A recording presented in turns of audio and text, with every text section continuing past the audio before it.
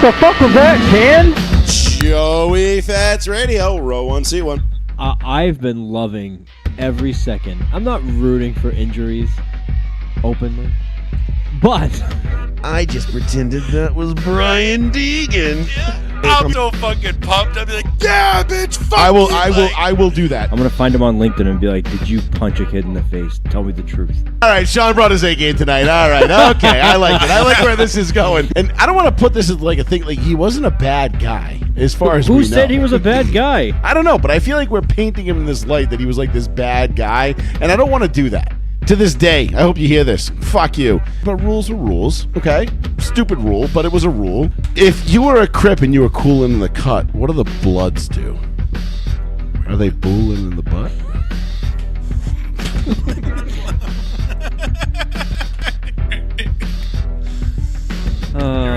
Yep. Also, we are extremely juvenile, and yeah, whatever. Fuck you. All right. I've used it. I admit it. You fucking smacked me in the ass, you dumb fuck. Yes. Mister, you smacked me in the ass is coming back. It never gets old. You know, you still might have smacked me in the ass, you dumb fuck. I still beat you, though. That's all that matters, baby.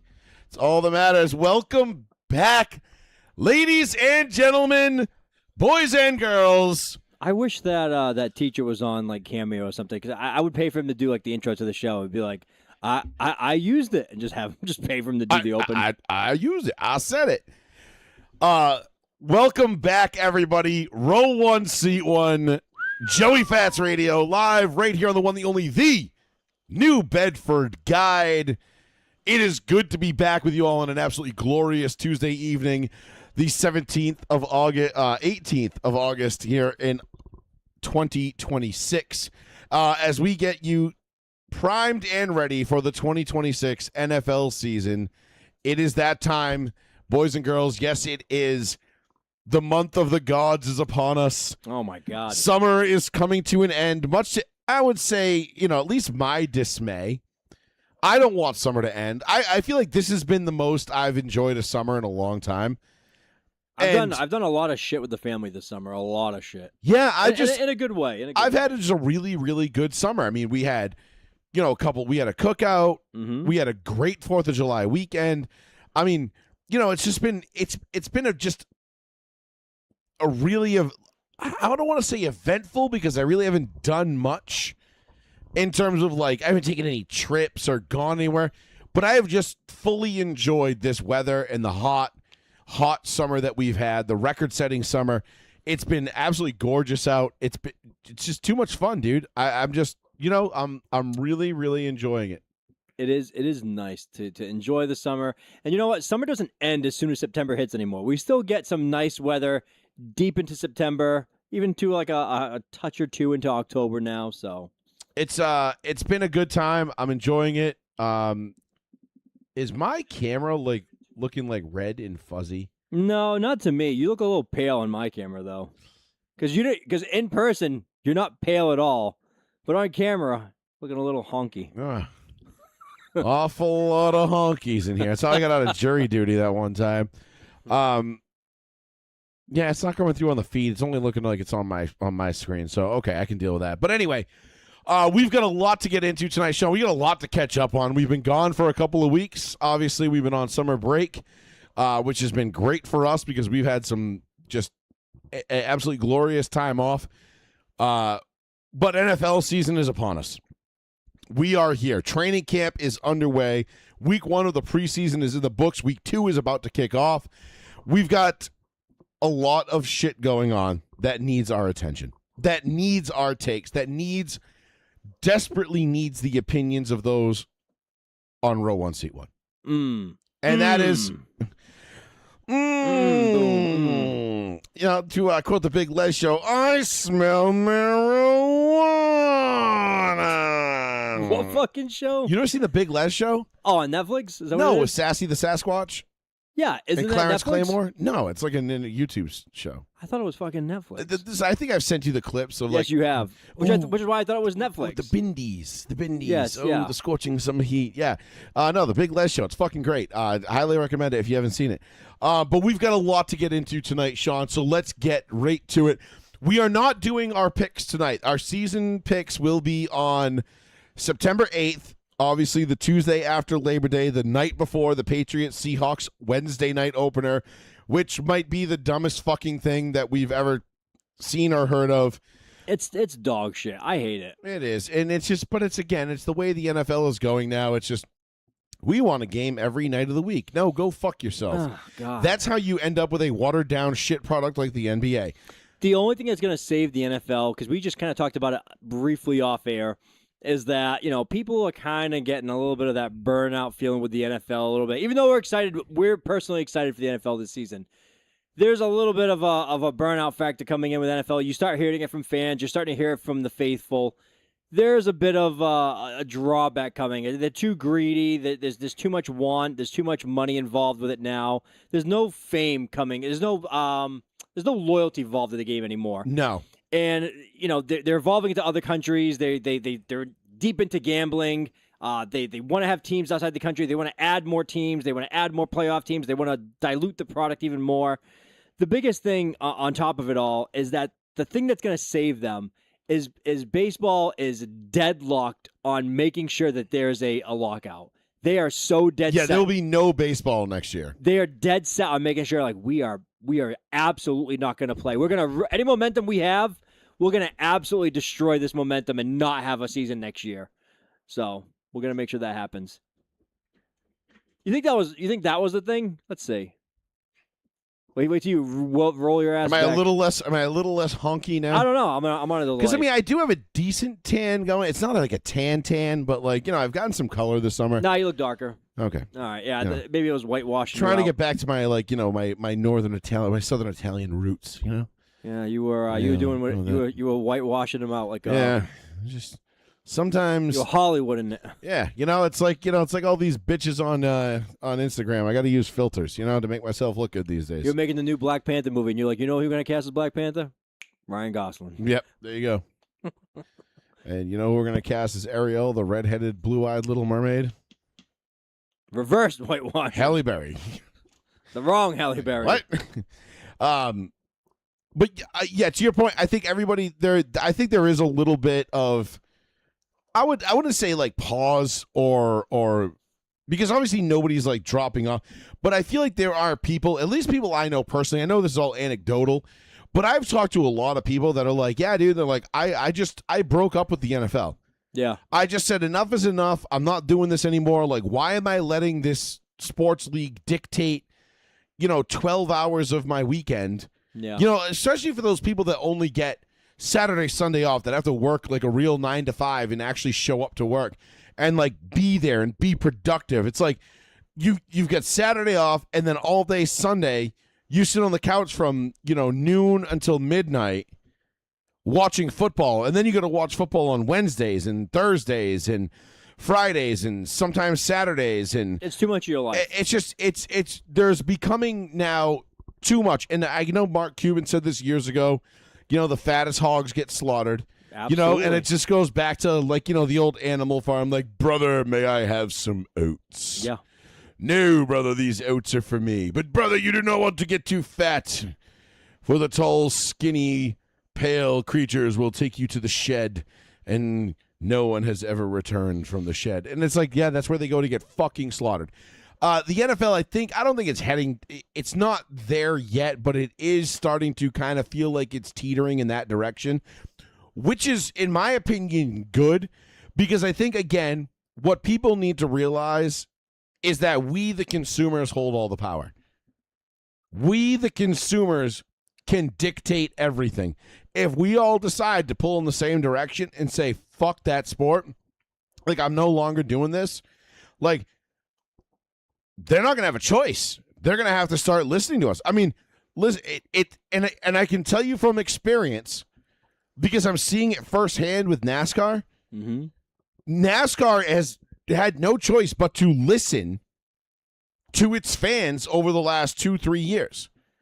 Because the sport in 2007 hit its peak, right? And then we all know the recession in 2008, and that really took a big chunk out of NASCAR and its viewership and things like that. And then they started making, rule changes. They went to the car tomorrow, made some silly, some silly decisions here, there, and there.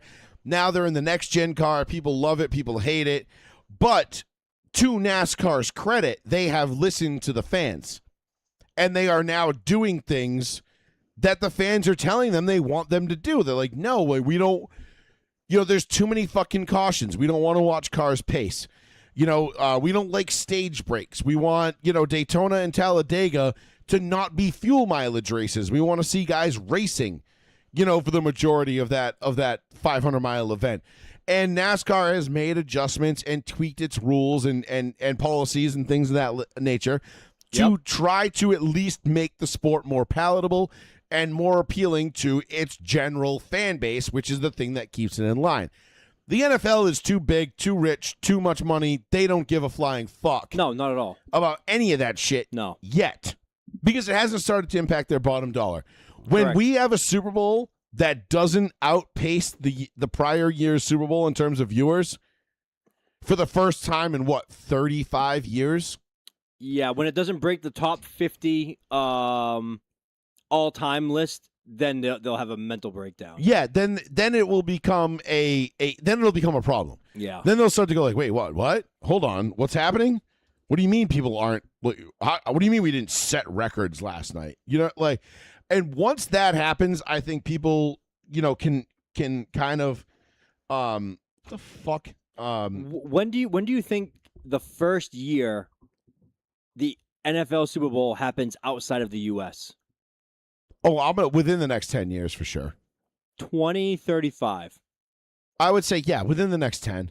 Because don't they have it planned through 2032 now? Which will be the ultimate fuck you to everybody in America. Yeah, because it'll be in Abu Dhabi or Riyadh or Saudi Arabia. Well, yeah, that's all those countries. Or it'll be London. We'll have it in Wembley, and they'll say it's 100,000 people there live.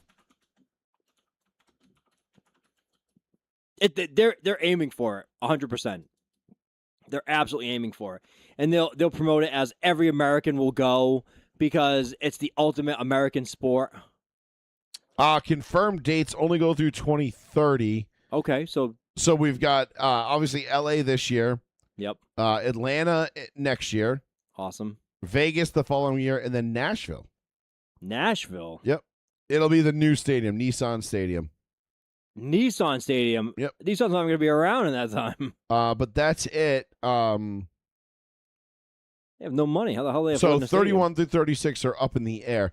I would not be surprised, Sean, if you were right. If 2035, 2036, there was a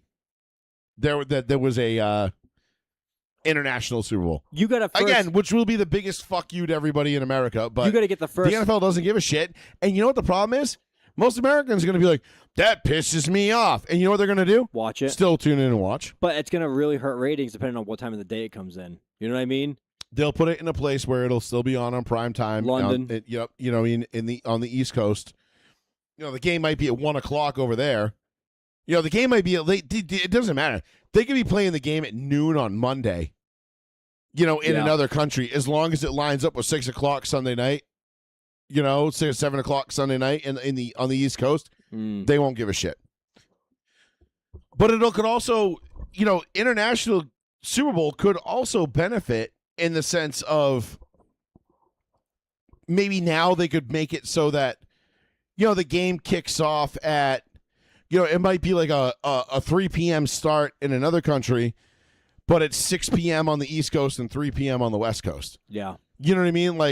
Where you kind of maybe but it doesn't fuck them up.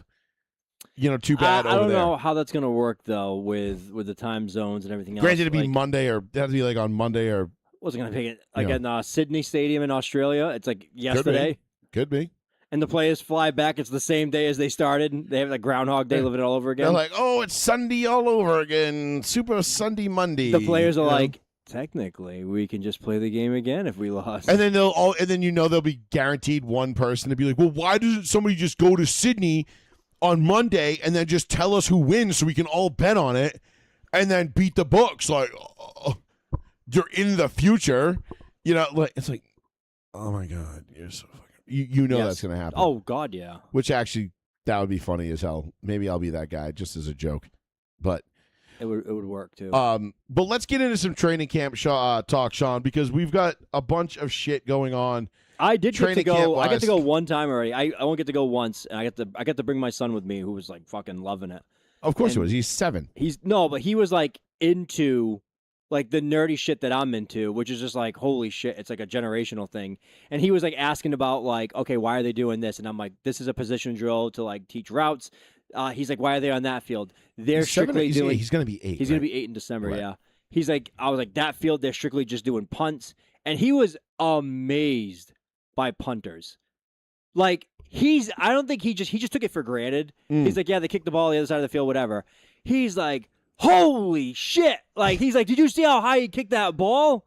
And I'm like, yeah, like, that's Behringer. That's the punter. Like, he has good hang time. And he's like, what's hang time? And I was like, it's how high, like how long the ball stays in the air because it lets the players get down to the side so they can tackle him. And he's like, I didn't even think about that as being a thing. Yeah. And it's just like to see him like see that in real time, like figure that out of like that's a thing was like. It's funny because when you have a kid that age, yeah, and you start introducing them to the game, and but they get a little bit older, and then they start understanding like, wait a minute, hold on, like how does the game actually work?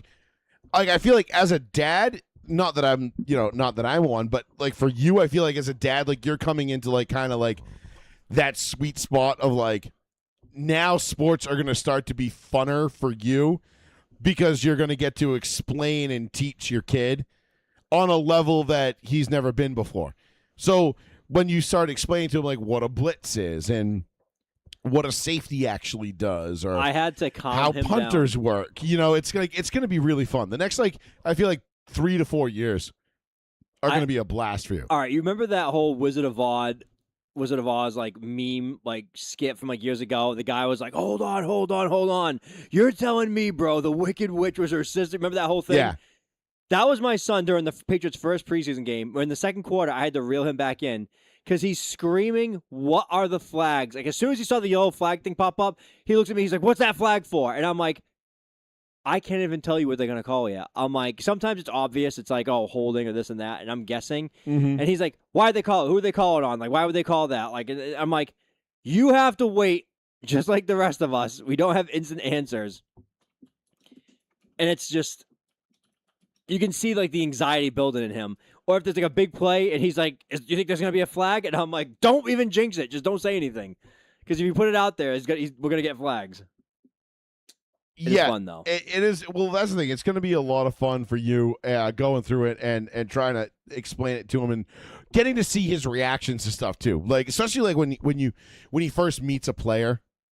When he meets somebody who's like, wait, hold on, we tried. Oh, my God. Because it'll happen. He's 7. Yeah. So, like, players obviously gravitate towards kids that age. You know what I mean? Like, I remember Julian Edelman signing a football for my best friend's kid. Yep. At training camp one year. And he's just standing back, and his son's standing there, like, holding up the football. And I think our friend was more, like, he was more excited than his son was. I don't think his son really cared. Yeah. Or like didn't really know, but he was just like, holy shit. And now that ball is like, obviously it's in a case in his office, That's pretty cool. In our friend's office is like, yeah, the son got the autograph, but it's going to my office. Fuck you. Like, 'cause you don't know what you have right here. And, but it's just, that's like, but again, that's part of like the fun. That's the fun part of sports. And like, I remember doing it with my dad, like, and I'm sure you do too. When you go to a sporting event with your dad for like the first time or whatever, and my first sporting event was a NASCAR race. Yep. I'd never been to a football game, baseball game. I went to New Hampshire International Speedway for a cup race that was my first ever sporting event. And I remember just being there and being like, holy shit. Like, and I remember being like, that's Davey Allison right there. Like, there's Kyle Petty. There's Dale Earnhardt. Like, there's the guys that like I worship every day on and the like TV watched all the time. and watch them every single Sunday. Like I watch every lap, and I'm like they're right there. Now, and you know, to NASCAR's credit, it's more accessible than it's ever been. So if like you're a little kid, like if I had a kid right now, he'd 100% be a NASCAR fan, and we'd be going to races, and I'd be like, dude, you want to go meet the drivers? Like, because we know how to do that now. Yeah. My dad didn't know how to do that. It wasn't like you didn't have It wasn't a thing. it wasn't a thing, and like you had to know somebody who knew somebody. There was no internet where you could just get fan passes and like do these crazy things and stuff like that. So it was a lot different back then. You had to know somebody who knew somebody who knew somebody in order to get you into places that you couldn't go. Now, I feel like, dude, I'm standing on pit road for the truck race in Daytona a couple years ago, and I'm just standing there with the team at the end. I'm like, and they're like, please remove your hat for the national anthem. I'm like, oh shit. And I'm like, standing there and like there's the jackman, the tire changers. They're taking the picture. You're right there with the yeah, and I'm like, and it's just me and like, you know, Tony Betteringer's right there, and I'm just like, sup girl, like, you know, Amber Backlund. I'm like, Balkan, that's so and I'm funny. like, what up, homie? Like, how you doing? My wife's like right there. She's like, who you talking to? I'm like, shut up, bitch. What's Go up, Holmes? Yeah. But that's the thing, like, but it's just really cool. I'm glad that you're gonna have a lot of fun with it because obviously you're a sports fanatic. Oh God, Your kid obviously is. I mean, yeah, he's into everything right now. I mean, especially football. I mean, I love watching like little kids that love sports because they want to tell you everything that they know all the time. All the time. And it's really funny to me because they and when they actually like know, a lot of times they'll surprise you. It was like, really surprising like, oh, with your dad. Where'd you learn that? At your house at my cookout. Yeah, and your dad was like, "Why don't you like Aaron Rodgers?" And he was like, "He's not a winner." And I was like, "Whoa!" I was like, "Oh, shots fired." I was like, "That's a great answer." And I was like, if I think about it, he's never won for my kid. It's like he's always known him as a loser. And my dad's just sitting there going, "Fucking punk bitch." I take back everything I said about you being able to throw a football. Fuck you. And then your dad asked him, was like, "Oh yeah, who is the what do you say, the quarterback of the 49ers?" And my son was like, "Joe Montana." And your dad was like, "Damn it!" like immediately was like, and I was like, Joe Montana, Joe Montana predates my dad's like, Joe Montana predates my kid. How the fuck do you know about him? Which was very funny because my son like without hesitation said it, and I was like, whoa. Well, isn't that part of like because he plays a lot of Madden? They have the legacy teams and the legacy players. But and then he's like I was telling you, he's asking about all these old guys. Yeah. And I did that crazy defensive team for him, and the team was just wiping out everyone he was in a league with. Well, that makes sense. Yeah, it's funny because like you know, but again, like but watching your kid like you know watching him throw a football the other day, and I'm like, as a 7-year-old, I mean, I know it's not like listen, not much impresses me these days. Yeah. I was very impressed by watching him throw a football because I mean, it's at 7 fun. years old to have a little fucking rocket hand cannon like he does, I'm like, it's pretty fucking good, and he's accurate too. It's not like you know most kids at 7 they throw a ball and it just fucking like goes errantly flying into like somebody's dinner plate or like. You know, hits some fucking random broad who's like just sitting there, like, you know, trying to have a conversation with somebody in the face. And they're like, sorry. And like, not your kid. Your kid's just like, I'm throwing it to Uncle Chris and boom, on a rope. Or I'm throwing it to Dad, boom, on a rope.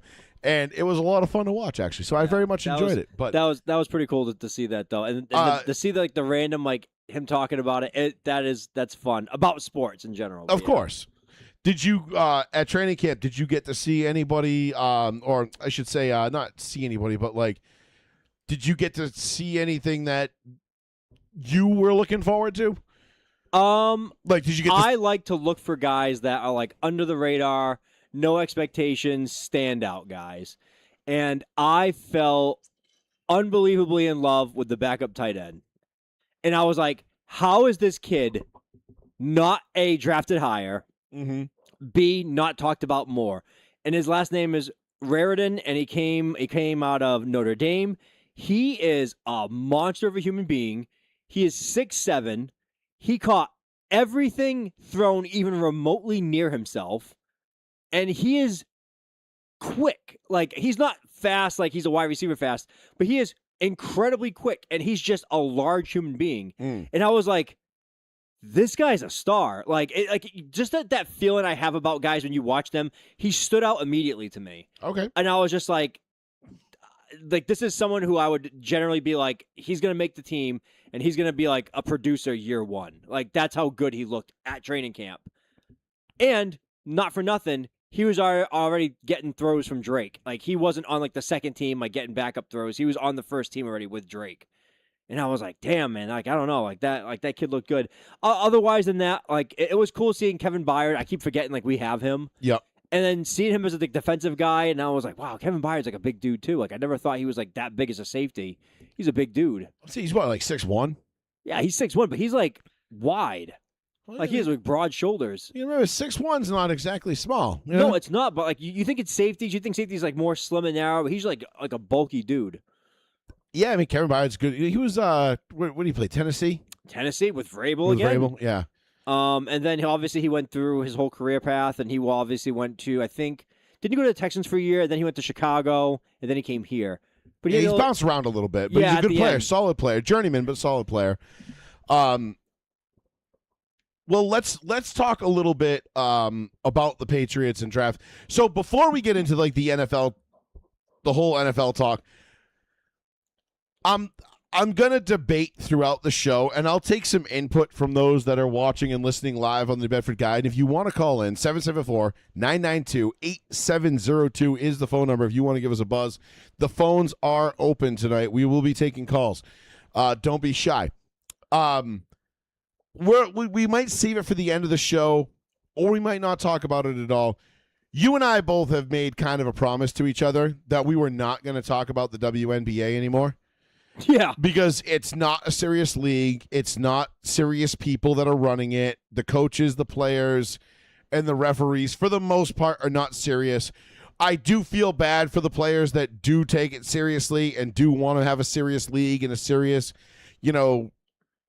conversation about being a real respected league of athletes. Yeah. But the whole Sophie Cunningham, Caitlin Clark, transgender, Enes Kanter, bullshit that's going on with it. I'm on the fence whether or not I want to give them an ounce of our airtime.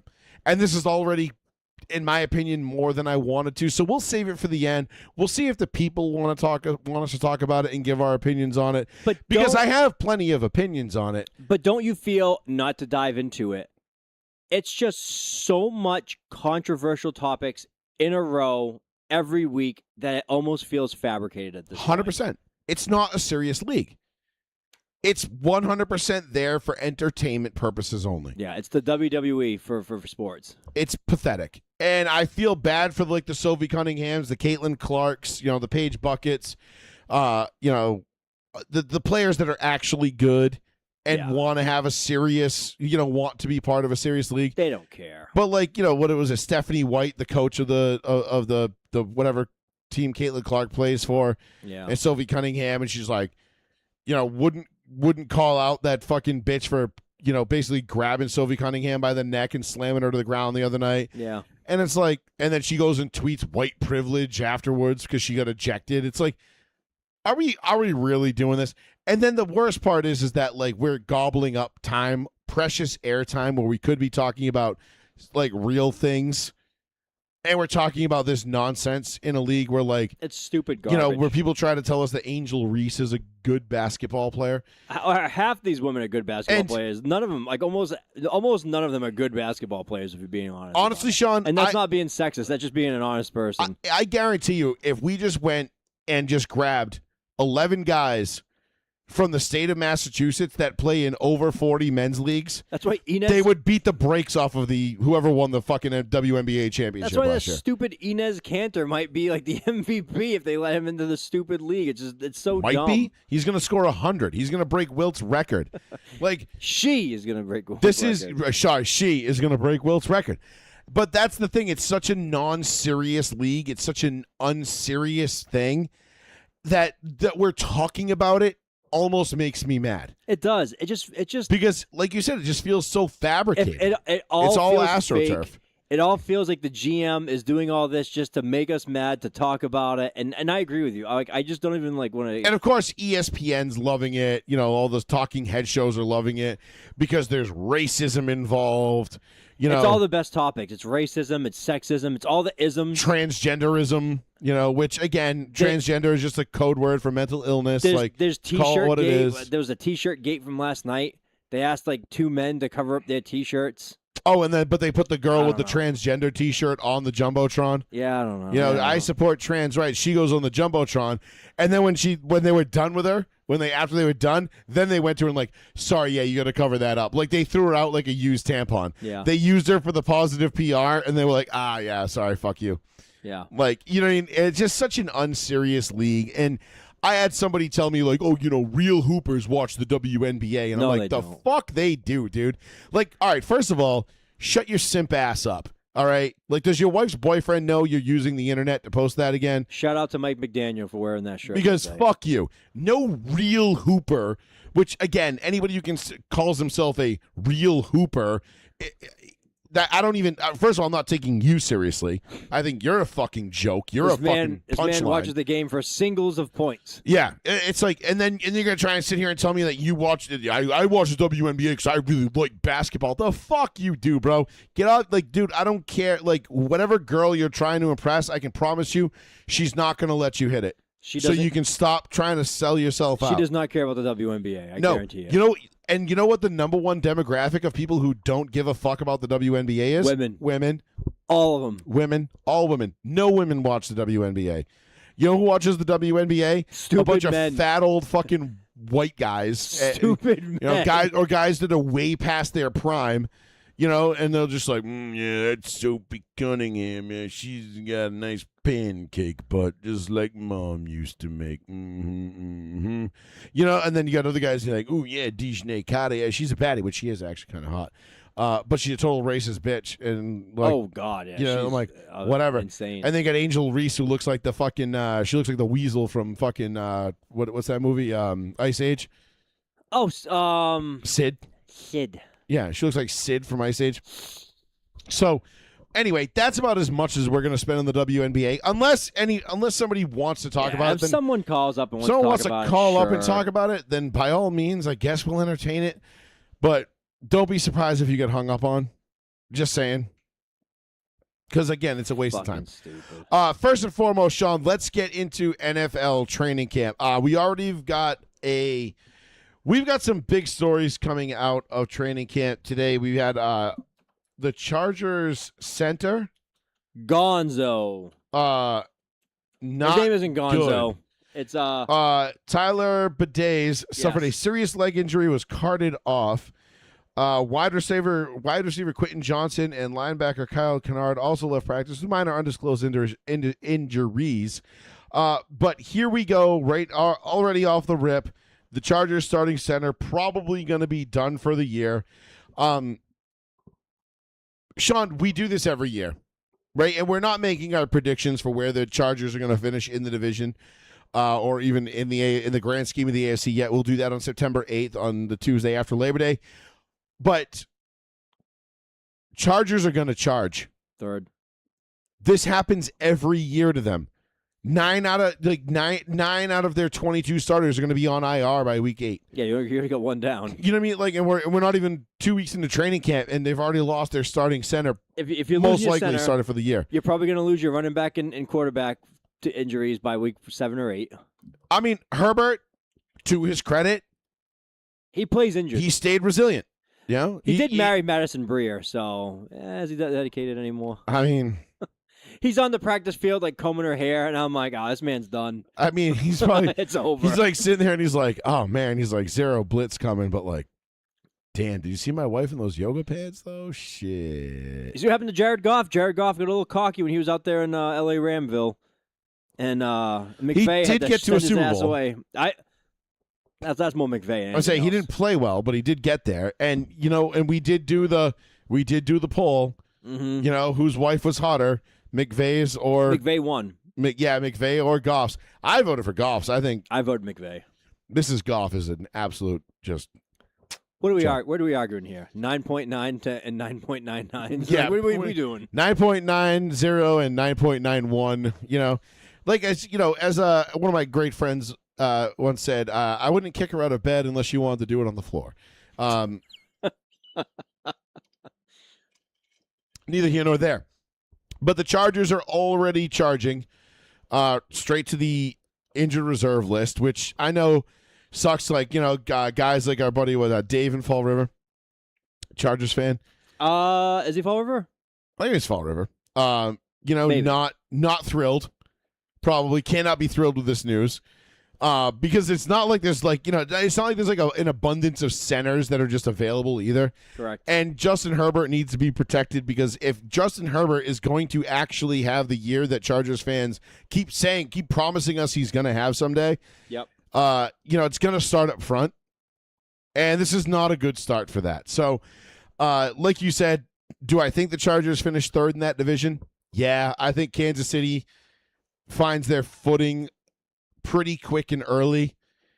I think Denver will beat them Monday night opener, but it won't be by much. And I don't think Kansas City is dead yet. I think the rumors of their demise are greatly over-exaggerated. I think Kansas City is going to be decent. Even if Mahomes is at 85% to start the season, 85% of Mahomes is still better than 85% of the quarterbacks that are starting in the league. So I'll take 85% of Patrick Mahomes over 100% of Caleb Williams. That butt-fucking weirdo. You still got Travis Kelce. I know he's very diminished.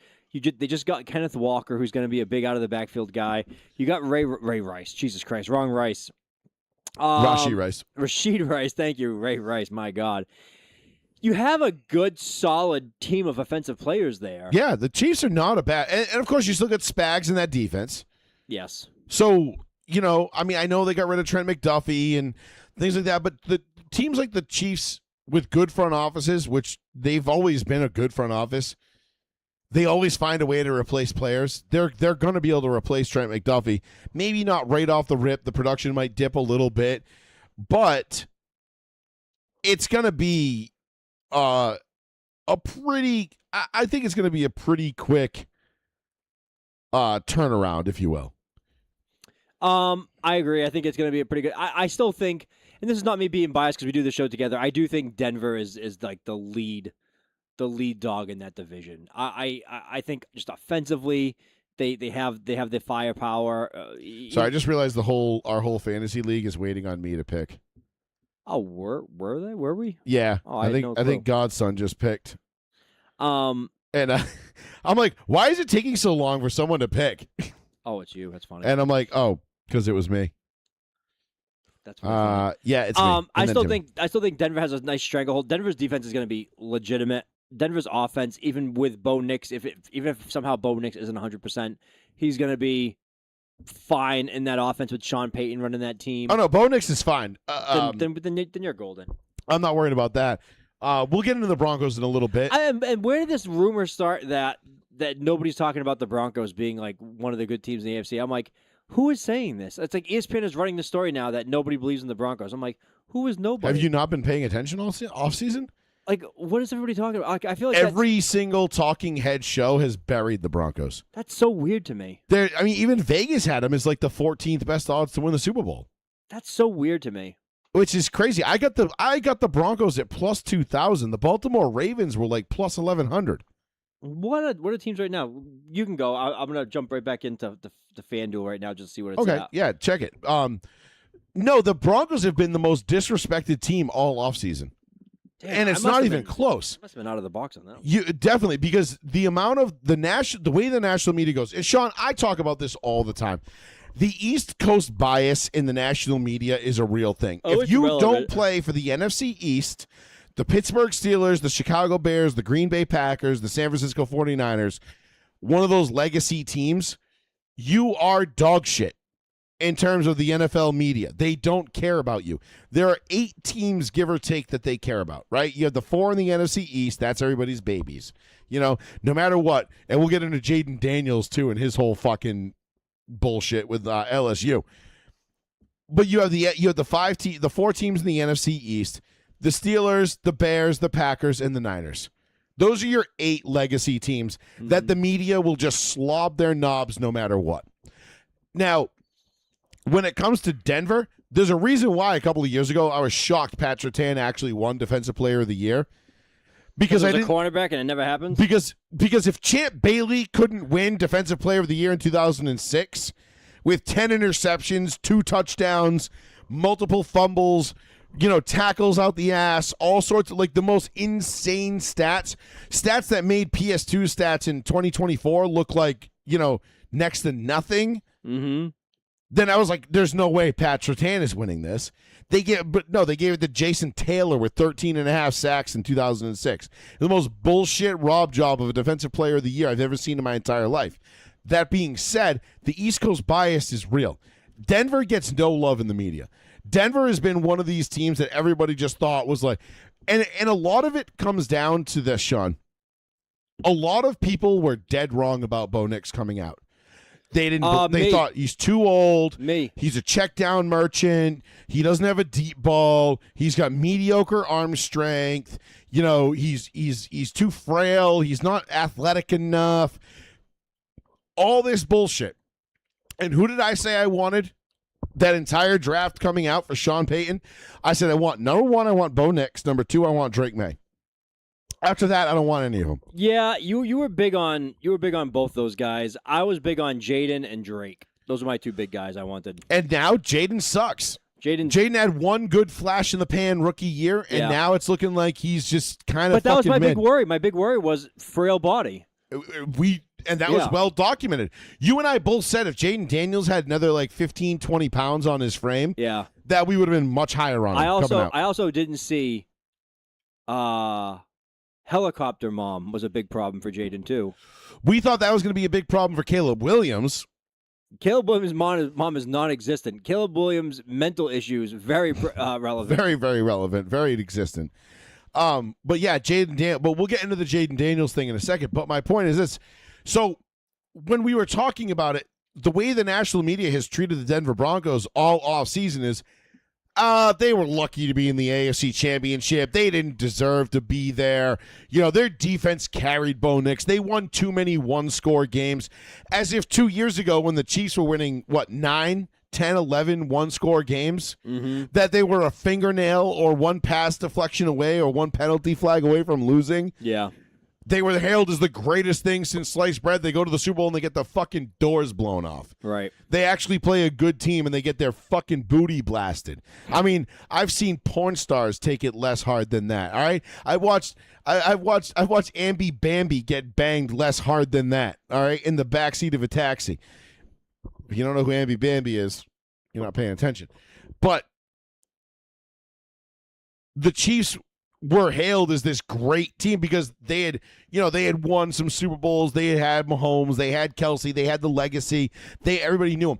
But they were a fingernail or a toenail away from losing to Baltimore in week 1. Then they're one bad shit call away from losing to the Bengals. They're one blocked field goal away from losing to the Broncos.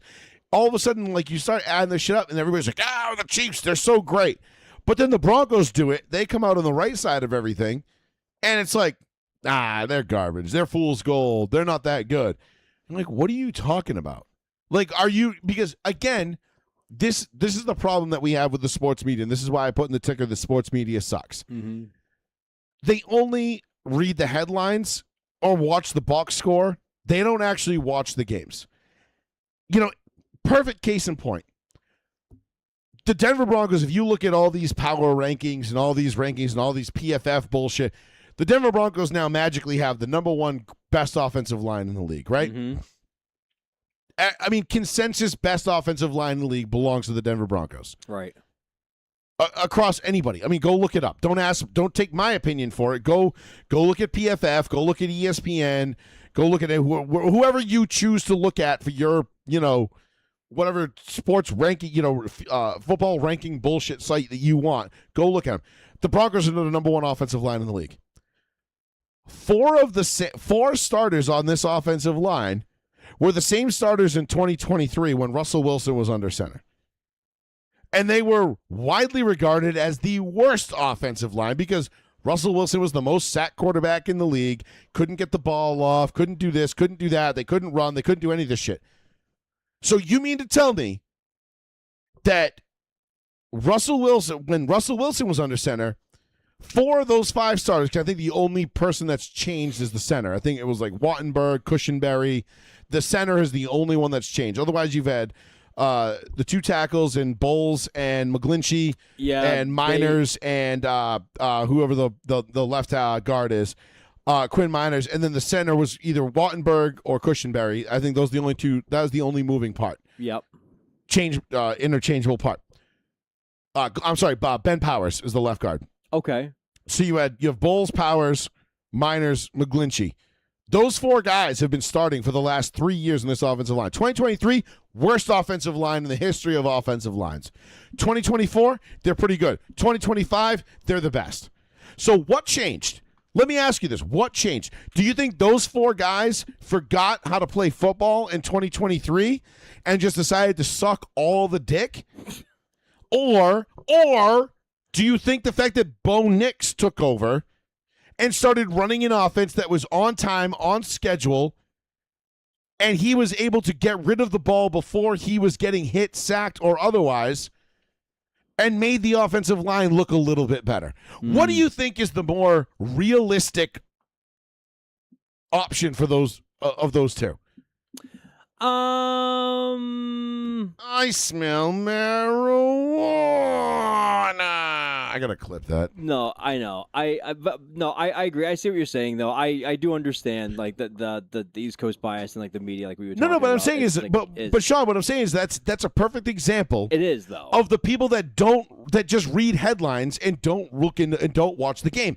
If you actually watched the game, you knew Denver's offensive line in 2023 was not the fucking problem. No, it was Russell Wilson. It was Russell Wilson trying to let Russ cook. And I was guilty of it. I wanted Russ to cook and do his thing until he started running into sacks and seeing ghosts, and he was complete. And it was became extremely apparent that he was completely past his prime. He had no ability to play quarterback anymore. That's what it was. And that was the end of it. But you had faith. And which I said when you guys resigned the head coach to it, and Sean Payton. I said Sean Payton's too good of a head coach to allow this team to go to shit. He's going to recognize the issues immediately. And if you remember at the end of that season, after the Christmas Eve game, when Russell Wilson ran into I forget who it was for the Patriots for the game-ending sack. It was embarrassing. Yeah, it was the most embarrassing one of the most embarrassing. How defeats. We won that game was a legitimate Christmas miracle. I was like, I can't believe we won that game. And the Broncos were competing for a playoff spot at that point. Mm-hmm. It wasn't like that was a throwaway Christmas Eve game. And you get beat by the Patriots at home, who were ass that year. That actually hurt us, and we lost Jaden Daniels to get Drake May.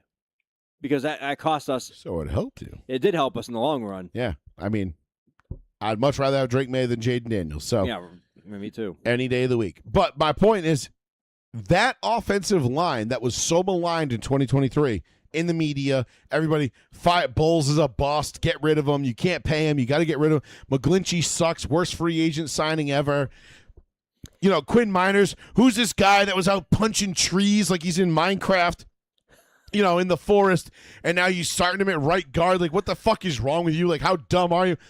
2 years later, they're the best offensive line in the league. It's people don't, and it's not even like a one person said this. This is a consensus across the board. I know, but people don't understand and appreciate defensive linemen and offensive linemen because they're not stat things. That what they do isn't because quantified. the bug men can't qualify. Yes, their ability. The guys who sit there and watch.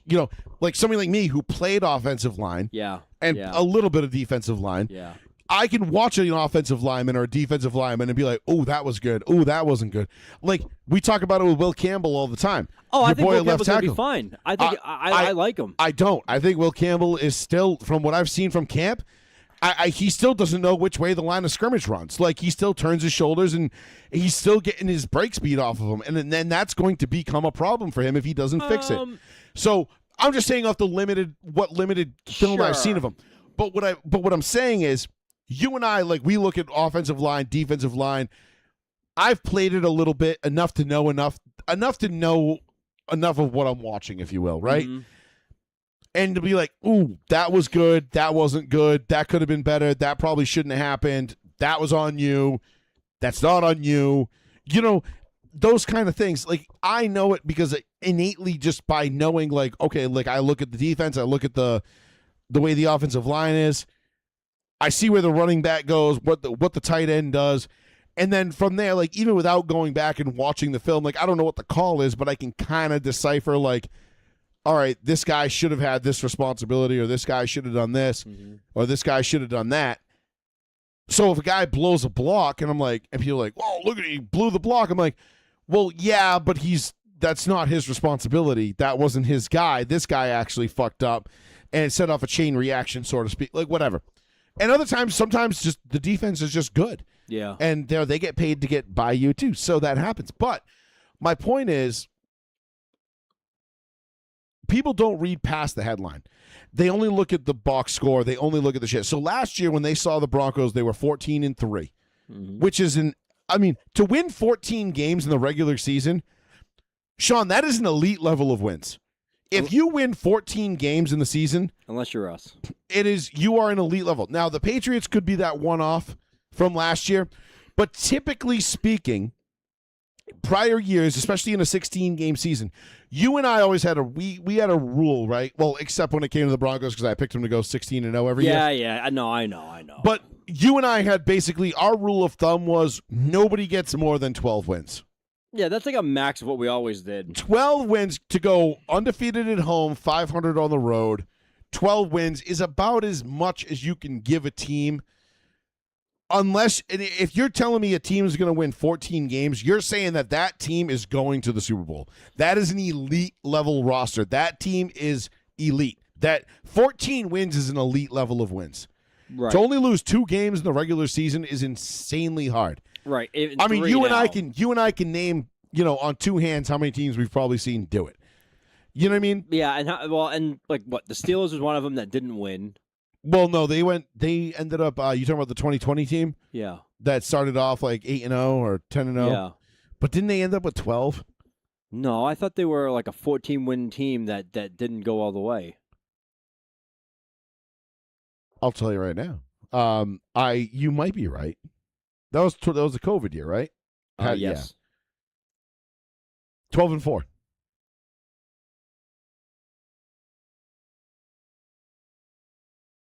Hold on, let me just look at their history here. Where are the franchise encyclopedia? 98 Minnesota Vikings, 15-1. Well, there's only one team. There's only 2. Pittsburgh Steelers 04. That's Big Ben's first team. 15-1. Yeah. Right. Yeah. Patriots 2010. We got our break speed off of us by the fucking Jets. 14-2 loss to the Jets. That sucked. That was Santonio Holmes catch in the corner. Bart Scott. That was the Bart Scott. Can't wait game. Yep. Oh no. I mean, don't get me wrong. I can go back through and tell you like all the 14-win teams that didn't get. I mean, the Colts went 14-0 in 09, didn't win the Super Bowl. 0-1 Rams to us. They were 13-3, I believe. No, they were 14-2. I think. Were they 14-2? I think they were 14-2 because we had heard like the whole way like they were like unbeatable. I thought they were 13-3. I think they, and I think the you're right, 14-2. Yeah. What about the Carolina Panthers? And they lost 2 guys, 15-1, weren't they? Didn't they only? Carolina was 15-1. Yeah, that was a fucking ridiculous Panthers team, and they got smoked. I don't think they were a ridiculous Panthers team. Well, for the NFC, they were a ridiculous team because they weren't even like they were beating everybody though. No, they did. They only lost 2 games that entire year. One happened to be the Super Bowl. I'm saying one happened to be the Super Bowl. I don't believe that the 2015 Panthers were that great of a team. Gotcha. What? Somebody calling us? Yeah, I heard the thing going off. I mean, I just did too, but I don't. It's not showing up.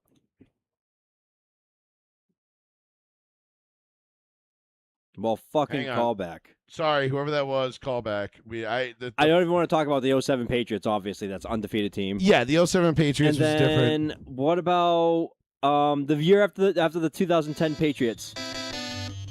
2011? I think they were 12 and... No, it was Packers, right? Didn't they lose? Oh, they were 15-1, I believe. Okay. Too. Yeah. Joey Fats Radio, row 1, seat 1. Welcome back to football season. Hey, what's up, brother? How you doing? What's happening, bud? What's going on? Not much. These guys forgot about the 2006 San Diego Chargers. 14-2. 14-2. Damn, you're right about 2006, 14-2 Fucking San Diego was that Chargers. Quentin Jammer that fumbled it? Quentin Jammer, No. Sean Merriman. No. Quentin Jammer didn't intercept that ball from Tom Brady. I forgot what his name was. Drayton Florence? Not Cromartie. Was it Drayton Florence? Florence, that's it. Yeah, and then Drayton that Florence friggin' Troy Brown punched it out.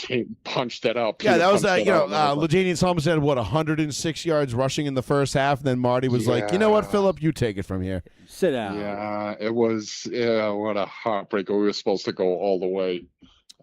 But yeah. Yeah, because you know what? You guys had the Colts number, and the Colts you guys would have played the Colts in San Diego in the AFC Championship that year, and you probably would have beat them. Yeah. Yeah. I mean, we beat Peyton Manning in the playoffs before. So they knew how to beat Peyton, but Tom was just no, not record, before that. They beat him in the playoffs after that. After that, yes. But they had beat him in the regular season, I think, the year before.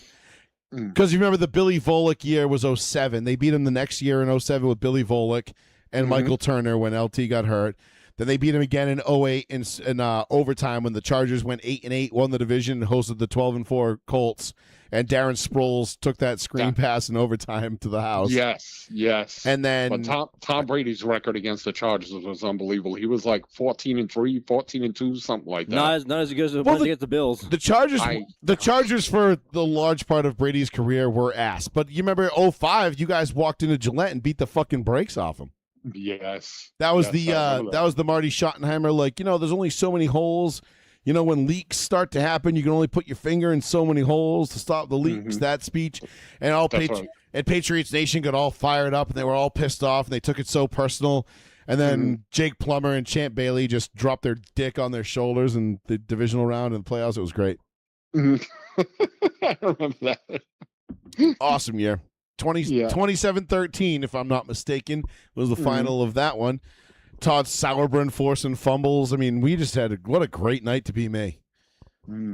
But Dave, what's happening, man? Long time no talk. Good to have you back. Football's back. I watch these guys all the time, and I'm like, I'm gonna call. And then I'm like, no, I'm just gonna let him talk. I'm just gonna listen. Yeah. Call whenever though. But we just talked about you earlier in the show too. That you, of course, unfortunately, you lost your center to start the year. So. Tyler Biadasz. Yeah, left leg injury. I'm trying to still figure out. But did they say he's gone for the year? Yeah, he's gone for the year. I don't know if he's gone. I don't know if it's official he's gone for the year. I think Schefter said gone. But he was carted off with a lower leg injury, so it's never good. He was carted off the field. I think his name was Kennard, the linebacker. He left the field also. Quentin Johnson, he left the field. I'm like, they left, but they left with those were minor injuries though. I think we read off the list of injuries from the Chargers for today, and it was the only major one was Biadasz. Yeah, 3 years, $30 million down the tubes. I'm like, oh my god. Well, it's again, and this I don't know what the fuck it is with California teams. But, like, it just seems like the Rams are the only ones that manage to not get hurt. But like, between the Chargers and the Niners, it's just like they're walking MASH units come week 10. Definitely. Definitely. But the Chargers have the worst injury luck of any team I've ever seen in my life. Well, if you look at it, the 49ers have Super Bowls. The Rams have Super Bowls. The freaking Oakland Raiders have Super Bowls. Isn't that pathetic? The Chargers have none. And granted, the Raiders haven't been to a Super Bowl in 24 years. Yeah, but they still have them. You know what I mean? You could always kick back and say, hey, we got our 3 Super Bowls. This is true. They did. They got they got 3. They have 3. 3. And I'm like, when is the sun going to shine on my Chargers? For Christ's sakes, it's like it feels like if it didn't happen with Phillip Rivers and Sean Merriman and Nate Kading and LaDainian Tomlinson and all those guys, like you're like, how could it ever happen? I mean, Igor Olshansky. You guys had Antonio Gates, Jamal Williams, Gates. Like, they just had so many fucking ballers on that 06 team. Might be the most loaded team I've ever seen. Vincent Jackson was a fucking nightmare. R.I.P. Yeah. Wide receiver, Junior Seau. I felt so bad. When he signed with the Patriots, I was so happy. And I said he's not going to do it he's not going to do it in San Diego. He fucking was amazing here. Of course, the first game that they played with Junior Seau on the team was a preseason game against the Cardinals and Liner. Remember Liner? Of course, Matt Liner, USC. And I was there, and I showed up in my Chargers jersey, and they're like, he doesn't play for them anymore. And I'm like, hey, easy. Yeah. Easy. I'm here to support my man. I had a buddy of mine that was like his favorite sports player of all time was Junior Seau. Like he worshipped the ground he walked on. And I'll never forget, like, when Junior Seau, like, when he took his own life, sadly took his own life. I remember him being like beyond distraught, and I actually felt really bad, obviously because the situation was terrible. And I mean, Junior Seau was nothing but a thorn in my balls. His entire career. Yeah, of course. Whether it was with the Chargers or the Patriots, it was just like, fuck you. Like, yeah, why don't you play for somebody I like so I don't have to hate you? I mean, he was still, trust me, he was nowhere near Donnie Edwards on my most hateable players list, but whatever. I just felt, and I remember it like almost like kind of like cracking a joke about it, and he didn't, but like not even like a fucking like slight laugh, smirk, nothing. And I remember being like, because I think I said something, I made a joke along like, oh, like what offensive formation does Junior say? I'd love to see the offense line up in, like shotgun. And terrible. And it was like a really tasteless joke, and it was not, but it was like I was trying to make light of a situation because it was like we were at the gym and it got really heavy there for a minute, and so I tried to make light of it, and then that joke actually made it worse. Not for me, but for everybody else, because like I was fine. But like I actually felt bad after I made that joke. It's like one of the few times Shane Gillis. I felt bad about making like a shitty joke about somebody like killing themselves.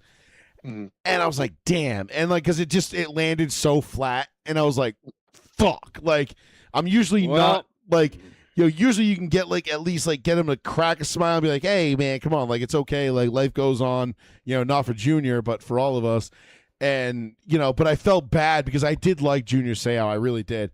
And he was a phenomenal player. And I always, anytime somebody takes their own life, it's obviously a horrible situation.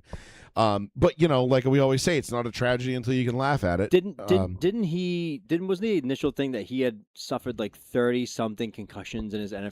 I mean, sure. I'm sure there's that. Like, but then again, like I had this argument with somebody on Twitter the other day, and they were like, somebody, because who was it that killed themselves? Something happened a couple weeks ago, and it came up again. And I was like, yeah, I'm like, sure. Like, if football players were the only people killing themselves at like an alarming rate. Oh, not Hayden Panettiere, the actress. No. That was sad as shit. No. So yeah, football related. Remember the Titans? Yeah. Oh fuck. But no, it was like it was one of those things where like somebody was like, oh, like something happened. And I was like, yeah, but like football players aren't killing themselves at a rate you can measure by the minute. They're not. Suicide isn't exclusive to guys with CTE. And then like trying to, because everybody tries to blame CTE on everything now. It just it's become like a blanket excuse for people to just be like, wow, he had CTE, of course he killed himself. Like, wow, do you know what's no? Like I have fucking CTE, and I have zero. I'm telling you right now, every morning I wake up and look in the mirror. The last thing I want to do is hurt myself. Because I have 20/20 vision and a mirror, and things are looking really good. So there is a weird page I follow, and it's so funny that Dave and you mentioned Junior Seau is a TikTok. I'm sorry, it's an X page. It's called 20 Years Ago Today. 20 years ago today, the Patriots have announced they are signing 12-time Pro Bowl linebacker Junior Seau. Junior Seau is entering his 17th year in the league after spending the first 13 years in San Diego and the last 3 in Miami. So he was with them he was with him in 06? Yes, he was. It says, at the end of the 06 season. Amazing. No, but it was 20 years ago today, it says. It was that wouldn't make sense because it would have been next year, it would 07. So he was with us in 07. Yeah. I was so happy when he signed with the Patriots, I said, because he's not going to get it in San Diego. San Diego was in shambles. And when they signed, because Rodney Harrison had talked him out of retirement. Yes, he did. Yep. And he was the big reason. He talked to Belichick, and Belichick called him and said, hey, can you get up here to Foxborough? And he was like, yeah, I'll be there tomorrow, coach. And Junior showed up, and I was so happy, and I was like, finally, a Super Bowl for my guy. Because I own every Junior Seau jersey there is. USC, San Diego, New England Patriots. The only one I can't have the heart for to buy is Miami. I can't do it, fellas. I'm sorry. See, but I love the Miami Dolphins, though. I don't know. I have a crush on the Dolphins. I wish they would just stop sucking all the dicks. You know, like I it. really wish they would just get their fucking head out of their ass and somebody would buy that franchise who doesn't suck and run it like it's supposed to be run. Because to me, the Miami Dolphins are such a legacy franchise that should be involved in the playoffs every single year. And yet, even with Dan Marino, that was like, you know, it was like hard to come by. Yes. I mean, not playoffs, but you know what I mean? Like being actually competitive and considered a legit team. I don't know. It pisses me off. They got great colors. They're in a great location. Like there's so much that could be done with the Miami Dolphins if the Walton Penner group had bought the Dolphins instead of the Broncos. Like the Dolphins would be competing for a Super Bowl in 2 or 3 years. Mm-hmm. Absolutely. I mean, because ownership makes that much of a difference. But you know, the Dolphins got their head up their ass so fucking far. I mean, you guys got out because Dean Spano still owns the Chargers, right? Yes, he owns the majority of the Chargers. Yeah, yes. which is why they will still suck ass until further notice. Not suck ass, but they'll just be like, you know, a bridesmaid, never the bride. Because Dean Spanos is fucking terrible. Harbaugh is trying to change all of that. I think bringing in Harbaugh was a great. Well, it's Dean Spanos' son is handling a lot of the managerial stuff. Also hiring Joe Ortiz from the Baltimore Ravens, bringing in Jim Harbaugh and his crew from Michigan. So they're doing their best to. They're doing bring a Super Bowl there. They're at least making moves that would they would at least be indicative to say that they're on the right path. Mm-hmm. My only problem is I'm not a Harbaugh guy at all. I like John. I don't like Jim. I hate what Jim did with San Francisco. I know that they went to a Super Bowl and they went to another NFC championship, but he took the team that what's his name built. Not Mike was it Mike Singletary? Yeah, it was Singletary. Was it Singletary? Yeah. What? It was right. It was he took the team that Singletary built and then kind of ran with them, made one switch at quarterback, threw everybody a curveball with Kaepernick, got to a Super Bowl, almost won it. Almost won. Yeah, almost won beat it. His brother. Yeah, I mean, I still don't know why they brought Randy Moss onto that team just to throw 3 straight balls to Michael Crabtree in triple coverage. Mm-hmm. You know, when you've got Randy Moss one-on-one at the top of the screen. No thanks. You know, the jump ball king. I mean, we literally own there's literally a section of Monday Night Countdown that is named for a guy that outjumps somebody and grabs a ball higher than them. And it was the guy that they had lined up one-on-one at the top of that screen in Baltimore, against Baltimore, I should say, in New Orleans in that Super Bowl. But, you know, let's not fucking throw it to him. Nah. But that's what kills me about Harbaugh, is that he is his own worst enemy. And we saw it again when he went, the Patriots game where he went for it on the 4th down, didn't get it, instead of kicking the fucking field goal. You know what I mean? Like, he does dumb fucking shit all the time, and then he'll just grind that roster into the ground. And then as soon as shit gets like, he's like, this kind of sucks, he's going to be like, all right, I'm out. I'm going to college. Bye.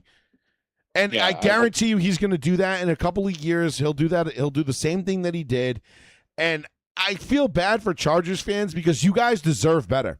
You really do. You're one of the most loyal fan bases of all time. Your powder blue jerseys are one of the best looking uniforms in the history of sports. You have a beautiful stadium, but like when Denver goes to play the Chargers in LA, there's as many orange and blue jerseys as there are powder blue jerseys. Mm-hmm. Yeah, but brother, Dave, it was like when they were in San Diego. San Diego was all up in arms because outside teams were coming over and taking over Jack Murphy Stadium.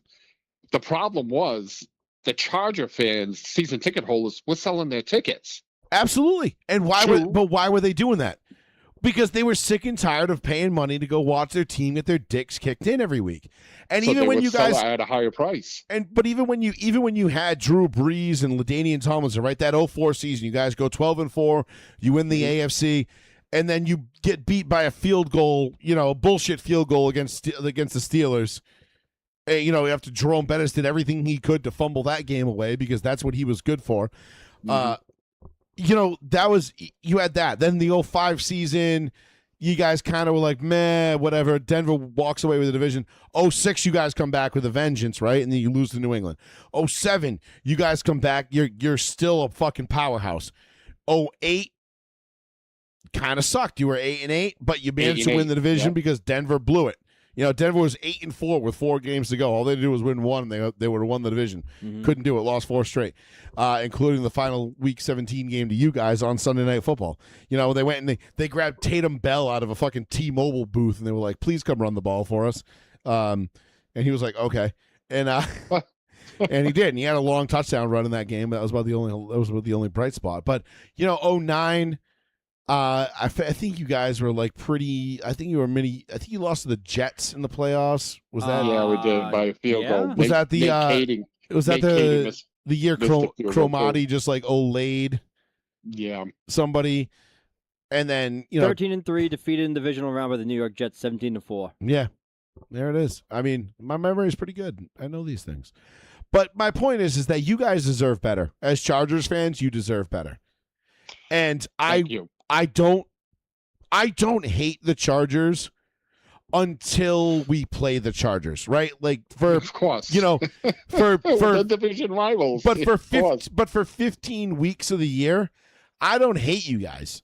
I only hate you guys 2 weeks of the year, maybe 3 if we see in the playoffs. But I don't hate you like I hate the Raiders and I hate the Chiefs. Yes, exactly. Like it's the same here. And I believe the Chargers deserve better, but I don't know that you're going to get it with Harbaugh. And again, we're already starting off the year on the wrong foot with this injury, and it kills me because I do love a good when the Chargers are good. I always say this too, and I'll say this about the Raiders as well. When the Raiders, the Chargers, there are certain teams that when they're good, the NFL is a better place because it gives everybody somebody to root for if your team isn't doing good, or root against if you just want to fucking hate them. The Raiders being the latter. You know, everybody wants to root against the Raiders because they're the silver and black. They're the villains. Nobody likes them. I mean, they also do it to themselves. Their owner doesn't even like them. You know, their team doesn't even like themselves. But whatever. But the NFL is a better place when the Raiders are good, is it not? Sometimes. I hate the Raiders. I'm sorry. I know, but I do too. But it's like, when you watch Major League Baseball, like I want the Red Sox and the Yankees squaring off in the playoffs, which means unfortunately both teams have to be good. Now that doesn't mean I want the Yankees to succeed. Beyond that, but I do want to see Red Sox Yankees in the playoffs. It is fun. The teams you hate are the teams you beat too. Yeah, and it's like I don't get me wrong. I fucking hate the Patriots with every fiber of my being. That is the one team that I do believe that the NFL is not a better place when they are good. Is it good for the show when the Patriots are good? Yes. As far as row one, seat one is concerned, it is good. If the Patriots are good, it is good. Because people talk about because we live in New England. People want to talk about the Patriots. People want to talk about the Celtics and the Red Sox. I get it. So I have to kind of swallow that to quote Alanis Morissette, that jagged little pill, because I mean, me. What a reference. I would rather root for ISIS than the Patriots. Yes. And I'm only half kidding when I say that. I'm no Hassan Piker. You're not fucking kidding. No, I know. I'm not about to say the U.S., the United States deserved 9/11 or anything, but also I fucking hate the Patriots. You're going to jail. But I think the Chargers, as far as like you Chargers fans, you guys deserve better, man. Like I feel like the Spanos family needs to sell to somebody who wants to actually win. We got lucky in Denver that the Bolin family and Joe Ellis as the proxy sold to a group of people that actually want to win Super Bowls. Like, they're not just in this to just say, like, oh, we own a team. Look at us. Come have box seats. And, the Cowboys come to town this year. Like, let's get all our friends from Austin to come up and watch the game, and they can have a great time. It'll be fun. No, they want to win Super Bowls. They built the new facilities. They're building everything. They're making Denver a destination team for free agents and people to come to. And that's awesome. And you know what? I honestly believe the Chargers deserve that same kind of treatment. that guy who owns, I believe it's Amazon. Is it Amazon now? Bezos. Yeah, Bezos. Yes, Bezos. He put in the bid to buy the Chargers, and Spanos wouldn't sell. And I'm like, shit. I'm telling you, Well, that guy's a multi-billionaire. If Bezos is putting in a bid, it's for the whole thing. He's not putting in a partial bid to be a partial owner. No, of course not. And would you? No, you of wouldn't course want to be a not. partial owner. You want the whole enchilada. You want to own the whole especially team. if I'm Jeff Bezos and I can buy 100 Chargers teams. His divorce was more than all the his divorce settlement was more than all the teams combined worth in the NFL. I'm not joking. Yeah, no shit. It was $390 billion. It's more than all the teams combined. Yeah, and he's already made that back and then doubled it. Yes. He wanted to buy the Chargers, and Spanos wouldn't sell it to him. I mean, don't get me wrong. If I'm Dean Spanos, I'm not interested in selling either. But that being said, the day that Mark Davis and Dean Spanos sell the Chargers and the Raiders respectively, it's going to be a bad day for the rest of the AFC. Because unfortunately, now those two teams we don't know who's going to own them, but God forbid they have competent ownership. Oh, it's Disney. And all of a sudden we're like, fuck. Yeah. No. Now we got two more fucking good teams. Now it's like, great. Now who's the punching bags? We got the Jags, the Bengals, and the Browns. That's it. Everybody else is fucking Jags decent. are leaving, dude. Jags going to be London's first team, I'm telling you. That's going to be a guarantee. They were saying that about the Chargers moving to London, and I'm like, oh. No, not anymore. Not part of my language. Now that they're part of LA, no. I don't want them moving to London. And Dean Spanos squashed that and said, we are not moving to England. We're not going to be the London silly nannies. So I was about to say the London silly nannies. Fucking great. No, the London silly nannies. But getting back to the Harbaugh thing, bringing in Mike McDaniel. That's a great move. Unbelievably good move. There may be truth to that with Harbaugh leaving, because his health is not good either. Bringing in Mike McDaniel, maybe. Could I see Mike McDaniel taking over the team in 2 years? Absolutely. Oh, God. Absolutely, I could. And you know what? The curse continues then. Sean, but here's the thing. And you know how I feel about Mike McDaniel. I fucking hate him. I think Mike McDaniel is going to be a great head coach at some point. No, I don't. I just think it is going to take the right situation to bring it out of him. And I don't know that a Dean Spanos-owned Chargers team is going to be the right one. I think that's my only cause for pause. Mike McDaniel is as an OC this year. I mean, if we're talking like MVP bets going into the season, Herbert has got to be in your top three. I think O'Marion Hampton is going to be a great running back this year because Hampton's going to be unbelievable. That offense is going to be unbelievable, assuming they stay healthy. Yeah, that's why. If Harbaugh leaves, Mike McDaniel stays, and he's got Justin Herbert. Herbert's got a cannon for an arm, and the kid is accurate, and he's breaking all kinds of records, but he's 0-3 in the playoffs. Dave, here's my only problem with Mike McDaniel. Mike McDaniel is a vagina when it comes to being a head coach. I can't. I said it even before he stepped in as day one of head coach of the Dolphins. I said, I don't like this guy as head coach. Everything he did since then was being a bitch. What? And that's new news? A lot of these players don't like their head coaches, but they do their jobs. They suck it up. They follow their orders. They do as they're told. But here's the thing, though. I think Mike McDaniel is going to be a good coach eventually. A good head coach eventually. Because do you feel that way about Josh McDaniels? I think Josh McDaniels Josh McDaniels, terrible head coach. Josh McDaniels has already proven agreed. Twice, three times now. He is not head coach material. Josh McDaniels is a fucking jackass. Agreed. In a lot of ways. I've said it for years. Great offensive coordinator, brilliant offensive mind. I'll keep him as my offensive coordinator, sometimes begrudgingly. To a total because I've talked a lot of shit about him. What he did to the Indianapolis Colts, leaving them on the altar like that. Hysterical to me. I mean, it wasn't, and it's not even about what he did to the Colts. It's about what he did to the entire staff that he brought with him. Fucked them and over. then basically fucked them. Thank you. Thank you. That's exactly what he did. And I got to hand it to the Colts, too. Because Josh McDaniels brought that coaching staff with him and then left them high and dry. He should never have another head coaching gig. After what happened in Denver and especially Indianapolis, leaving his assistants behind like that, along with all their families. But didn't he coach the Raiders, too? He went to the Raiders, too. The Raiders. He was with the Raiders. He's a three-time head coach. Too, yeah, and the Raiders, too. And he shipped off. He's the one that shipped off Derek Carr, is he not? Yes. Yeah. Yes. He goes to Denver. He gets rid of Jay Cutler. He goes to Oakland. He gets rid of fucking Carr. I can't. This guy's just like, I'm going to go to a place with a great quarterback and a great situation, and then I'm going to trade him.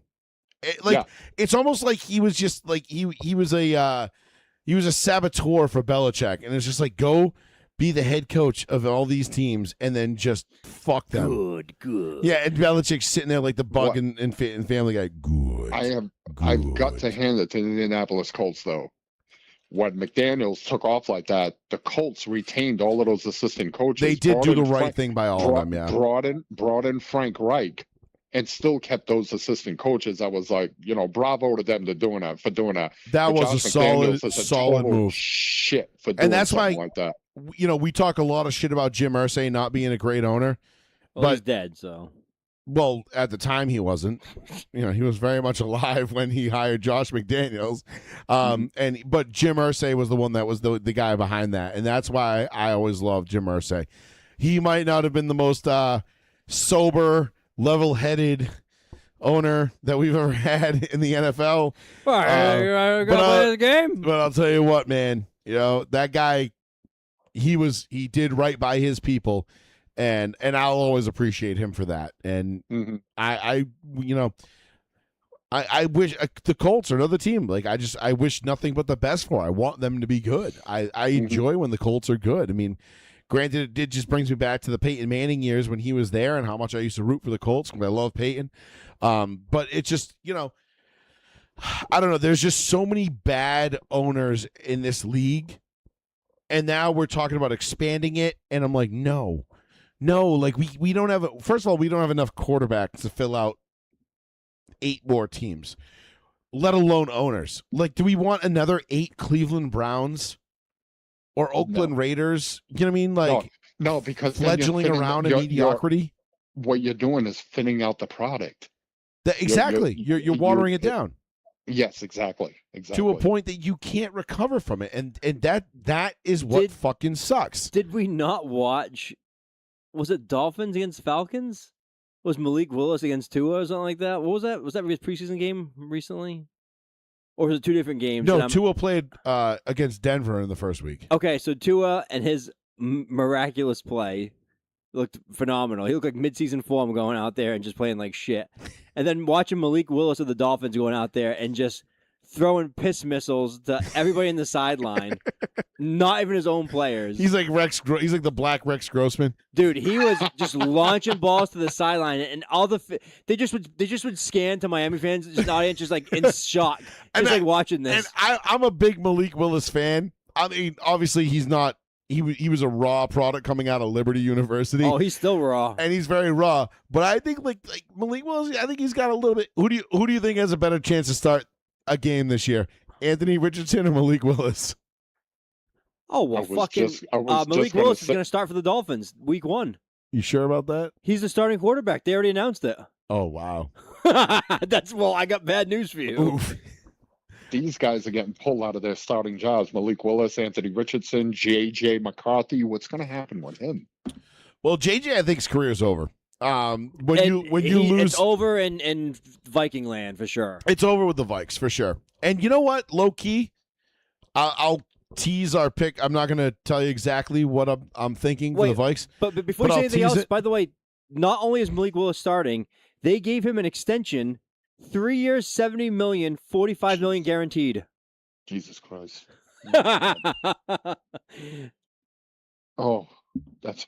So. They really believe in this When kid. the fuck did that happen? This happened in April. They really believe in him. I missed that. 3 years, $70 million, $45 million guaranteed. So no, that was just the contract they gave him, no? When they signed him in free agency? That had to be because he wasn't with the Dolphins last year. No, it's his extension. So was he like a late season trade or some shit Must like that? Have been. Because he was with the Packers last year. Or is he like a futures trade or something? Yes. He was with the Packers last year. Well, damn, I missed it. You got $45 million guaranteed?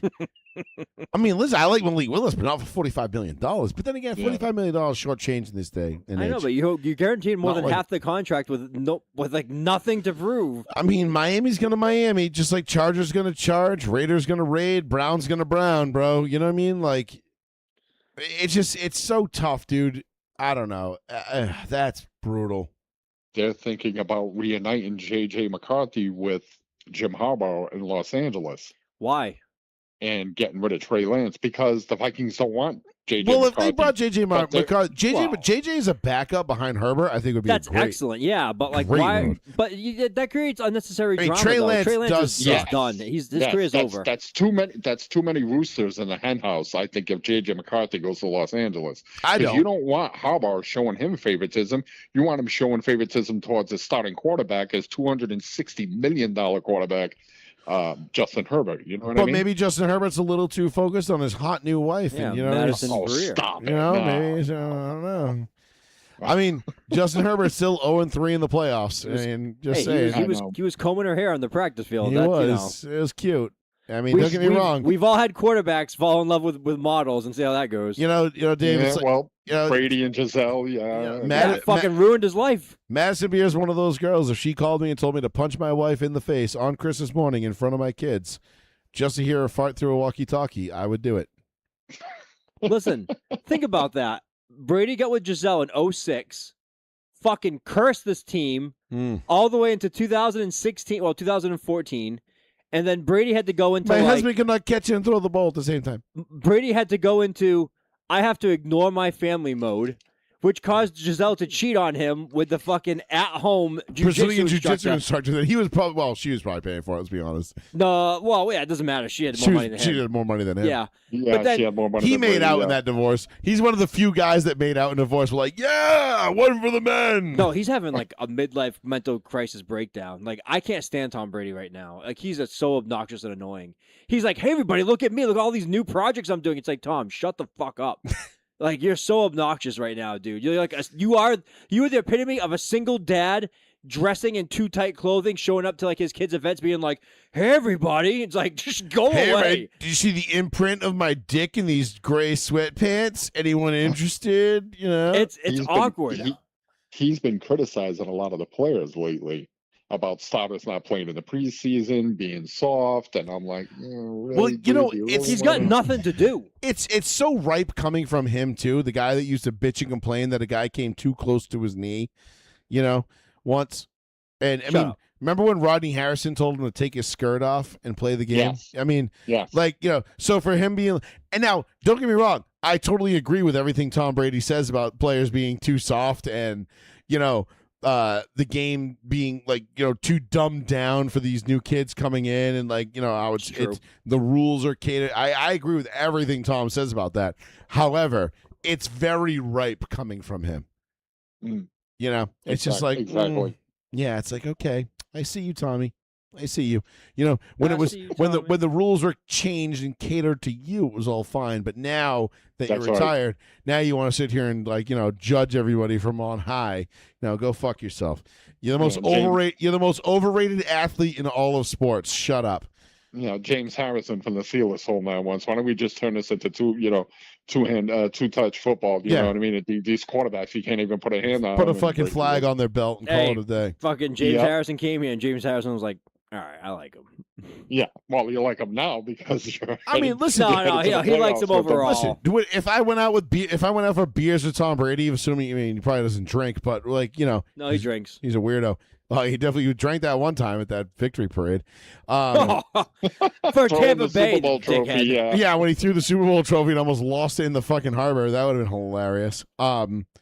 But, you know, I mean, would I hang out with Tom Brady? Probably. We'd probably get along great. You know, we both like football. He's obsessed. We're both football. Fucking opinionated assholes. You know, like, we both hate Brazilian jiu-jitsu instructors. You know, I'm sure we got a lot in common, but, you know, he's got a lot more money and fame than me, but we'd probably get along great. Accidentally on air throughout the whole N-word and nobody batted an eye. Yeah. Everybody was just like, anyway, that's Tom Brady. What NFL player was like, no, it's Tom. Yeah, he gets a pass. And I was like, what the hell? I'm like, yeah, no kidding. I forgot that was last year. He said it on air during. Tom Brady's he's one of the great American heroes, though. It was like it was Cowboys versus somebody. It was like he said it as like they were coming back from commercial break, and he said blah blah blah blah blah N-word full on and kept going, and everyone was just like, "What did he just say?" And it just glossed right over it. He's like, "I spent 24 years in NFL locker rooms. You think I'm not gonna? It's not part of my vernacular. Like fuck you."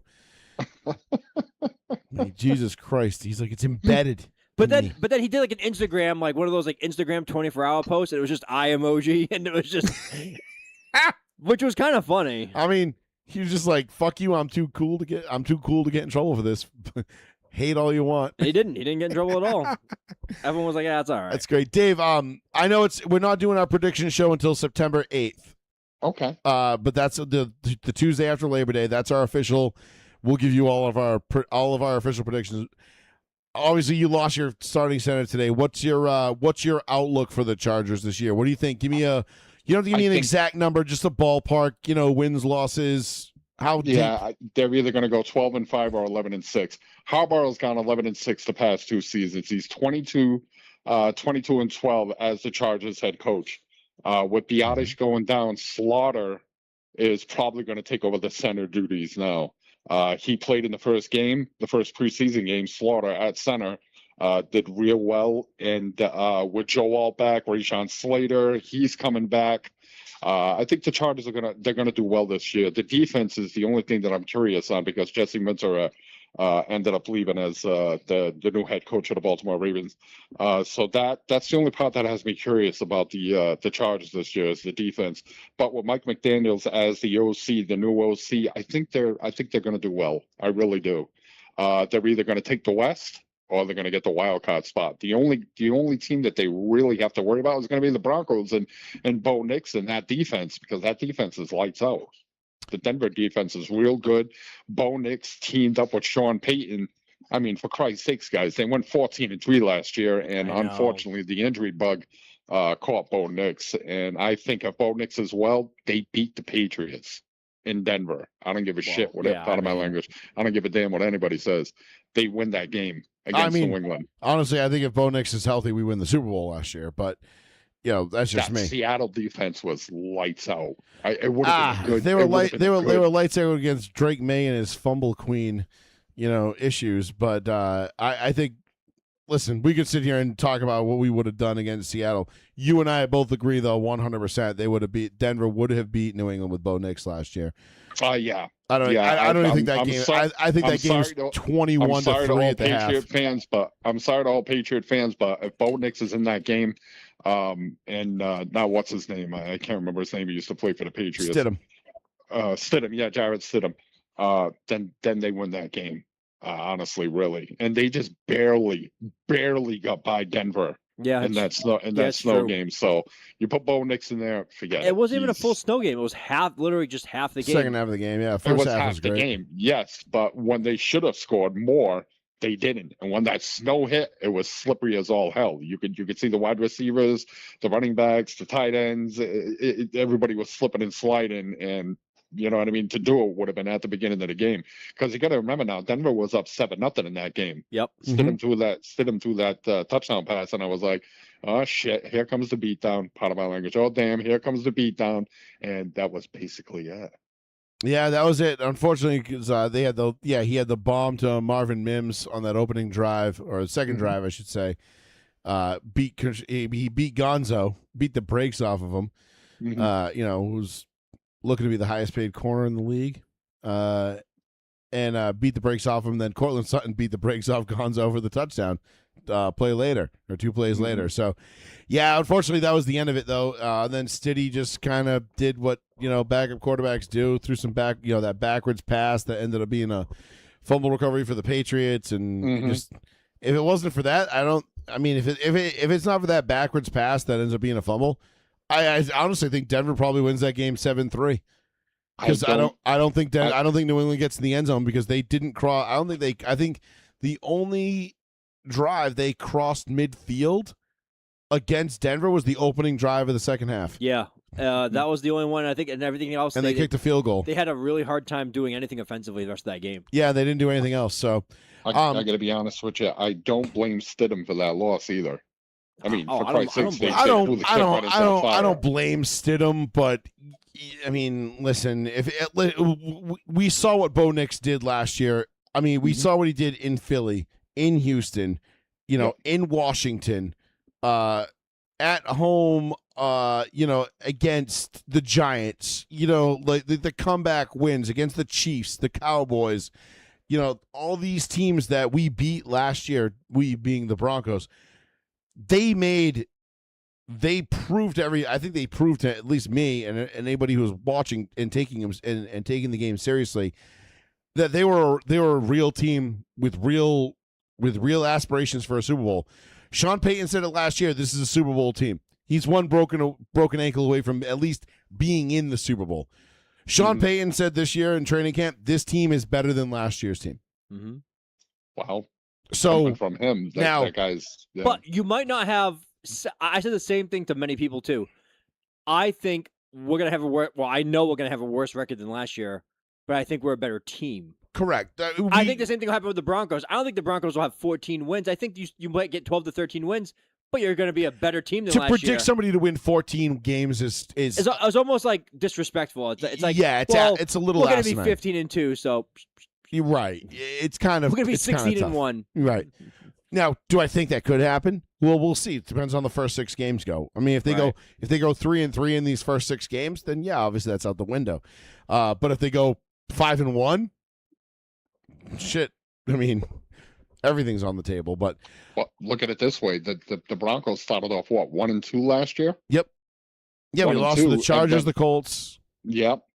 And then ended up reeling off 13 wins. Yeah, then they went into Philly. They beat the Bengals on Monday night. Got to 2-2. Then they went into Philly and beat Philly and kind of changed the entire outlook on the season. They did real well. So we'll see what happens. I mean, we got a couple weeks, but as long as, like I said, the injury bug is the great equalizer. And unfortunately, like you said last year, it bit the worst possible player it could have bit for us. But I like your prediction. I think 11-12 wins for the Chargers is fair. I think Mike McDaniel is going to make a massive, massive impact on that offense. I think Herbert is going to put up MVP-esque numbers, if not win the MVP. My only concern is by the time we get to week 15, 16, by the time we get to Christmas, how healthy are the Chargers going to be? And will they be getting healthier going into the playoff run, or will they be on the downslide? That's the other thing. It's the timing of the injury. So, and we're already, unfortunately, like you said, already starting off on a bad foot injury-wise with the Chargers, which seems to be kind of, par for the course with them. The early prediction for the center is it's an ACL, MCL tear. Yeah, I mean, you get carted off in training camp. It's not a good thing. So, unfortunately. But Dave, we appreciate the call, bud, and I look forward to hearing back from you over the next couple of weeks and absolutely talking more Chargers football with you. Absolutely. Thanks a lot, guys. Love hearing your show, man. Appreciate you, bud. Appreciate you, man. Dave, call back anytime. Thank you, sir. Talk to you soon, Dave. Thanks, buddy. Talk to you soon. Bye-bye. 774-992-8702 is the number if you want to give us a call and talk some of your favorite team here on Row 1 Seat 1 Live, and the one, the only, the New Bedford Guide. We're on the Fall River Reporter. We're on Fall River Guide. We're on Row 1 Seat 1's Facebook page as well, Twitch, YouTube, all that good stuff. Give us a follow, like, and all that on all the different platforms. We appreciate it. Nelson in the chat asked during Dave's call a couple minutes ago, how much is Gonzo going to get paid? I assume he means Christian Gonzalez. He means Christian Gonzalez. If I had to guess, the same agent that had Devin Witherspoon for Seattle. He's going to reset the market, right? Yeah. They were waiting for Devin Witherspoon to do his deal, and Devin Witherspoon just got $33 million a year. His exact money was going to define Christian Gonzalez's. I didn't see that in the chat, so I apologize. So Devin Witherspoon, let me just look at what he just got recently. I wanted to say that Gonzalez was going to get $35 million per. That was what he was going to get. So Witherspoon, I want to see what he got for guaranteed money too. Witherspoon just got 4 years, $132 million, and What was the guaranteed, though? That's what I want to see. $101 million guaranteed. I would expect Gonzalez to get $4, 140, 144, 110 guaranteed. Well, what was Surtan's deal? Surtain is cheap.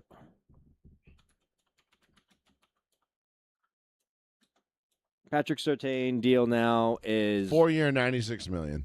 Is dirt cheap. With $77.5 million guaranteed. I know they did just give him a bump. That is the bump. No, I thought they just gave him another bump. Yeah, 26 rate. They adjusted his base salary, adding an extra $5 million. Yeah, but he's getting an extra $5 million. Like So worked 24 just this year. $24 million. So he'll be again, and he'll be the highest paid. That was a goodwill gesture by the Broncos because they saw what other guys were getting. Yeah, and they knew like, well, we got the defensive player of the year. He's the best corner in the league. And they gave him that $5 million bump. Like, hey, we can't resign you right now because we got Bo Nix's contract coming up. We have Drake Mays coming up in literally a year and a half. Yeah, like you're right. You're in the same boat as we are. Yeah. So we both got to pay our quarterbacks here in the next year and a half, 2 years. And it's coming up, but we're like, all right, we'll give you the money now because we can. We want to keep you around, and hopefully this is enough to keep you hey, give us a little bit of leniency. Yeah. Let us, we might not be able to pay you what, the top dollar free agent would pay you, but maybe you'll remember this and stick around for a year, another contract with us. How do you feel? I don't know if you know this, but this was something that I felt was kind of a scumbaggish move by their agent. You've been in the camp always of you're the player, get the most money you can. Absolutely. You're in the short-term deal. The agent for both Devin Witherspoon and Christian Gonzalez, because Christian Gonzalez's deal is not done yet, I felt after reading the most recent updates, has been dealing in bad faith. And when I say that, I mean he's been dealing without the player's best intentions in his mind because I think he's trying to reset the market for himself and future players going forward. Sure. He was trying to push out a deal asking for a percentage of the cap every year for his players. So the idea for Devin Witherspoon, which was first pushed out there, was 18% of the cap every year he was contracted under the Seahawks. Mm-hmm. I had a huge problem with that. How are you going to start guaranteeing percentages of caps to players and set that as a precedent moving forward? Because if you have a quarterback guaranteed to be 18%, how are you now going to explain what a quarterback is worth percentage-wise? You know what I mean? Right. You go on a slippery slope. So and if I was a team, I would tell them to beat feet. That's the problem. If I'm the team, I'm like, yeah, fuck you, get out of here. Like, we're not doing that. No. You want money? We'll give you what the percentage is this year based on the cap, based on the average percentage. Because I think that's what a lot of people lose sight of when it comes to contract negotiations. When it comes to quarterbacks, typically a top-end quarterback is going to take up 20% of your salary cap. Or more. 20, 25%. 25 is on the very high end. Bad teams will give you 25, like the Bengals with Joe Burrow. Because here's the thing, it's one of those things where like if you're giving your quarterback 25% of your salary cap, you've hamstrung the rest of the roster. Correct. Yeah. So if you're the bank, like there's a reason why the Bengals are probably regretting paying Joe Burrow, T. Higgins, and Jamar Chase all that money. Yeah, now they have no defense. Because now they have they have no money to spend anywhere else. And it's insane to think as a fan that you could regret paying a quarterback the caliber of Joe Burrow when you know that there's probably 28, 29 teams that would take him in a heartbeat. Yes. And you're sitting here thinking like, yeah, but I regret paying him that much. Because you can't do anything else with it. Listen, the quarterback is the straw that stirs the drink for every NFL franchise. We all know that. Mm-hmm. If you don't have a quarterback, your chances of winning diminish greatly. It's not to say it's impossible. We've seen it happen with mediocre quarterbacks winning Super Bowls. Whether it be Trent Dilfer, I would even say Peyton Manning in 2015 was obviously a shell of his former self. Granted, I don't think anybody knew how to read a defense better and tell people what to do more than Peyton did at that point, but that's neither here nor there. He was a shell of his former self, right?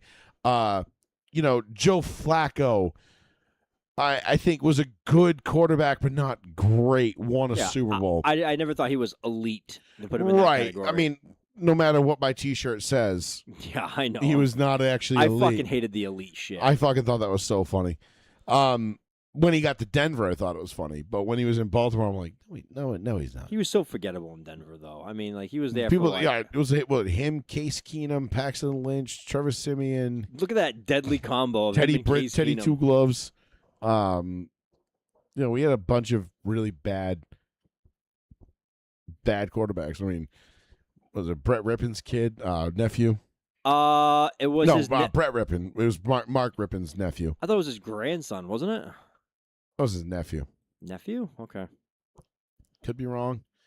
But anyway, Brett Rippon, he was the one that went to that party, got a little too saucy. Oh yeah. Did some crazy shit. We had some bad quarterbacks in Denver for a while, and that sucked. But it is what it is. All that being said, though, the Gonzalez contract, yeah, they're going to reset the market. He's going to get whatever. He's going to get more than Witherspoon. I wouldn't say rightfully so, but also not undeservingly. Mm-hmm. It's not like I'm sitting here being like, oh, that's a terrible deal. No, he's a really good player. So you pay him.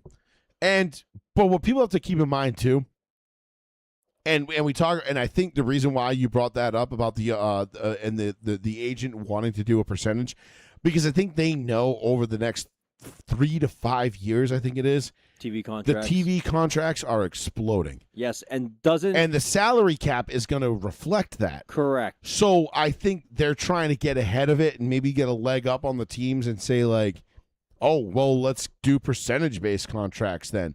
Because if the salary cap goes up every year, but we already kind of do that anyway. Correct. So it's like, no, we don't need to put a hard number.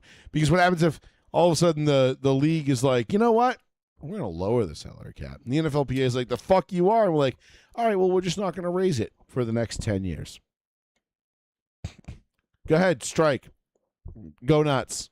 Have a lockout. Go nuts. That's the problem you have with these things. Like, if you weren't fielding a fucking 53-man team and then having 16 guys on a fucking practice squad and having all these things that have to count against your salary cap, and I know the top 48 rule. The top 48 rule is you count the salary cap towards your top 48 players, and that's how you get the salary cap. But then you have to pay all the players on the back end that aren't shown on there. Then you have to pay the coaches and stuff like that. I'm not trying to say, oh, poor owners. Poor owners are crying poverty. I'm not doing that, but at the same time, I understand that if I'm a GM that's paid by the owners to manage my economic situation, it's a fuck over for me if you're telling me I have 2 players taking up 48% of my fucking cap space. Yeah, that's now insane. 52% of 46 players to go. You're fucked. I have to play 52% of my team. It's like these players are going to be dog shit. No offense. Yeah, you're totally fucked at that point, and I think that's again where people don't realize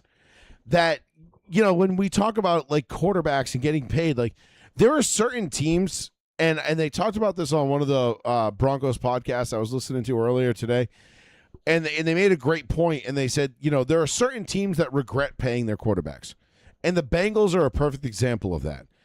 Because I think the Bengals regret paying their wide receivers, not the quarterback. But they paid those wide receivers at the behest of. It was kind of like not a quid pro quo, but it was like if Joe Burrow was like, well, if I'm gonna stick around, I'm gonna want these 2 guys, and I'm gonna need them paid as well. Yeah, and it's like, cool, we can tie up all of our money in you 3 guys, and that's fine. Now go out there and win us football games. They're like, who's your running back? Cedric Benson. And they're like, he retired 20 years ago. Sam Con Gatto. And you're like, isn't he in Africa? They're like, not anymore. We flew him commercial. He comes back jacked Congo. as fuck, and you're like, oh shit. He's still ripped, but he looks like that guy from the game with the fucking gray beard, the like wicked black dude with the gray beard. Yeah, Black Santa Claus, and he just looks like him. But no, there are certain teams that regret paying their quarterbacks, and if you're a bad team that can't develop talent, yeah, you're gonna have a bad time, and that's why teams like the Chiefs, the Eagles, the Steelers to a degree, the Ravens, all those teams manage to stay good because they can pay their quarterback and then still draft and develop talent beyond that to keep them in the hunt every single year and to keep them in the running and to keep them from going tits up. They might have a bad year here or there, but they don't have like consecutive bad runs of like, a half a decade or more. They always seem to find a way to get out of it. Correct. And those are the good teams with the good GMs, the good front offices, the good owners that figure it out. Denver, I think, is now in that mix because, and I'll say this about the Broncos going into this season. Sean Payton said that this team is better than the 14-3 team last year. Now, record-wise, I don't know if that's going to be attainable for them to be better. But do I believe him when he says this team is better? Absolutely. Because I believe this team is deeper than it was a year ago. Even though they lost John Franklin Myers in free agency, I think when you look at some of these guys like Q Robinson and some of these other guys that they've got on the defensive line, now this is the deepest roster in the NFL. The Denver Broncos have the deepest roster in the NFL. Their backups could be starters on a lot of teams. Like, we've got such a log jam at cornerback that we don't know if we give the first round pick, Jahdae Barron, who just had a 97-yard pick six in the preseason. Do we put him? Where's he from? Jahdae Barron, Texas. I forgot you had him. Yeah, they picked him in the first round 2 years ago. Okay. It was his second year. He had a 97-yard pick six the other night against Atlanta. Grims, it was a look what I found pick six, but whatever. Still counts. He was in position to make the play and made the play. But Riley Moss has been balling the fuck out. So, like, all these problems are great problems to have. Yeah, like you're when not you in have a terrible spot. When you have too much talent, where you're like, how are we going to pay all these guys? Yeah.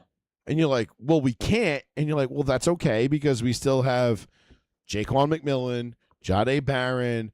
We have all these guys behind the guys that are getting paid that are at the end of their contracts and might not be getting paid next year, especially when the Bo Nix contract comes up.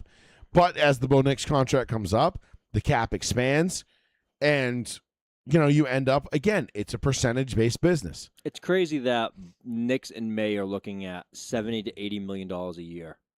I think who's the highest right now? 60? 66, and it's Mahomes. Mahomes is 66. Yeah. So yeah, you're gonna have 70. It's crazy to think that way though. Like the next crop of guys is 70 to but 80. 70 is just the new 20. I know, but 20 years ago, 20 was when Peyton Manning signed his extension after the 04, or was it after the 04 season they signed Peyton to an extension? He was making $20 million a year. 03? 04. 03, 04. They signed him to an extension somewhere in there. I feel like it was definitely after the playoff series against the Patriots, and it was like a huge deal, and it was like... Yeah. I think it was during the triple wide receiver 1,000-yard season. Stokely, Wayne, Harrison. So it was 03, 04. Yeah. Definitely in there somewhere. I forget exactly which year it was. Might have been 03. But you saw that $20 million a year thing. You're like, God damn. But $20 million a year, and everybody's like, geez, they're going to suck now. They can't afford to pay anybody. But remember, this wasn't the salary cap like $110 million? Yeah. Yeah. Right. I think it was $120 or $130 million at that point. You're like, you can't afford shit. Yeah. And it's like, how are you going to afford anybody else? But again, we all know that the NFL salary cap is it's fake. Fugazi, yeah. It's Fugazi. Yeah. Go get me 2 martinis. Keep them coming. Every 10 minutes. I love how that whole scene was off script. Phenomenal. Basically, like some of it was scripted, but most of the scene was off script. Great movie. That being said, Sean, the percentage game now, because the salary cap's at what, 200 and... No, more. It's like 280, almost 300. I was gonna say it's like 280, 290. NFL salary cap today is it's 301. Is it really? Right now, today, before it's being raised, is $301 million per team. So there you go. So when you think about it, a $70 million cap hit when it goes up, because what's it probably going to go to? Like 310? 330, they're thinking. 330? Yeah. Because the NFL has an opt-out after this season from the fucking deal they signed. Yeah. And if they opt out, they think Netflix is going to push hard and like more than double or triple the current offer. And they think Netflix or a subscriber want to do the death blow to cable. And if they get it, then they'll be the ones that are constantly resetting the market with records and yeah. So even at $70 million, that's only 21% of the cap. That's crazy to think about. Which is, so it's just, again, the sticker shock of it is going to be the big problem that people are going to have. They're like, how are you going to pay Bo Nix $70 million when Tom Brady was only making 17?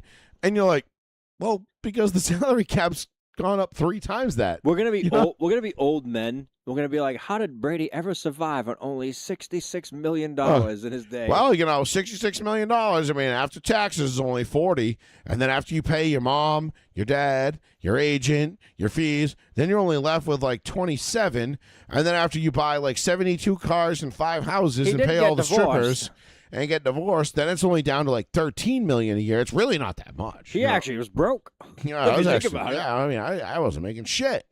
It's like you netted $13 million after all that. You made $13 after all the abortions for the strippers. You still made $13 million a year. Like, I'm sorry, I'm not going to make that in 13 lifetimes. You fucking dick, pricks. Anyhow. The Broncos, but anyway, my point is the Broncos are the deepest roster in the NFL right now. I think they're the best roster in the NFL. With Jalen Waddle, and I think Pat Bryant is about to be, I think Pat Bryant is about to explode onto the scene in terms of a third wide receiver. And then you're going to work in Marvin Mims, Troy Franklin. Jonah Coleman has been extremely impressive so far as a rookie. I don't know much about Jonah Coleman. He's J.K. Dobbins' direct backup right now. Well, J.K. Dobbins is about 2 days overdue from being hurt again. So, yeah, right. J.K. Dobbins could be hurt tomorrow, could be hurt today. We might not know. But he will get hurt at some point. Jonah Coleman will be the guy to come in and spell him. R.J. Harvey, I think his role is kind of cemented as what it is. Mm-hmm. He is that kind of like third down pass catching back. Third down scat back. Darren Sproles. Yeah, Darren. Fucking, who's the other guy there in New Orleans? Yeah. Kamara? No, not Kamara. Latavius Murray. Latavius Murray's not bad, but it was like another Darren Sproles type that was definitely in Sean Reggie Payton's Bush? Reggie Bush, yeah, but Reggie Bush was way more explosive coming out of college. Reggie Bush and what was the other not more. The one who fumbled going over the top against the Vikings. It should have been called a fumble. I can't think of it. Oh, I'm struggling with his name. That's why I'm trying to think of it. But Sean Payton has like a type of that running back that's like a versatile guy. This is gonna kill me. He went over the top against the Vikings in that NFC Championship game, fumbled the ball, regathered it, and then when he got hit and landed, he was short, but they called it a first down anyway in overtime. Yes. It was a bullshit call. Oh my God, dude. What is his fucking Mike Bell? No, not Mike Bell. It's not Mike Bell. David no.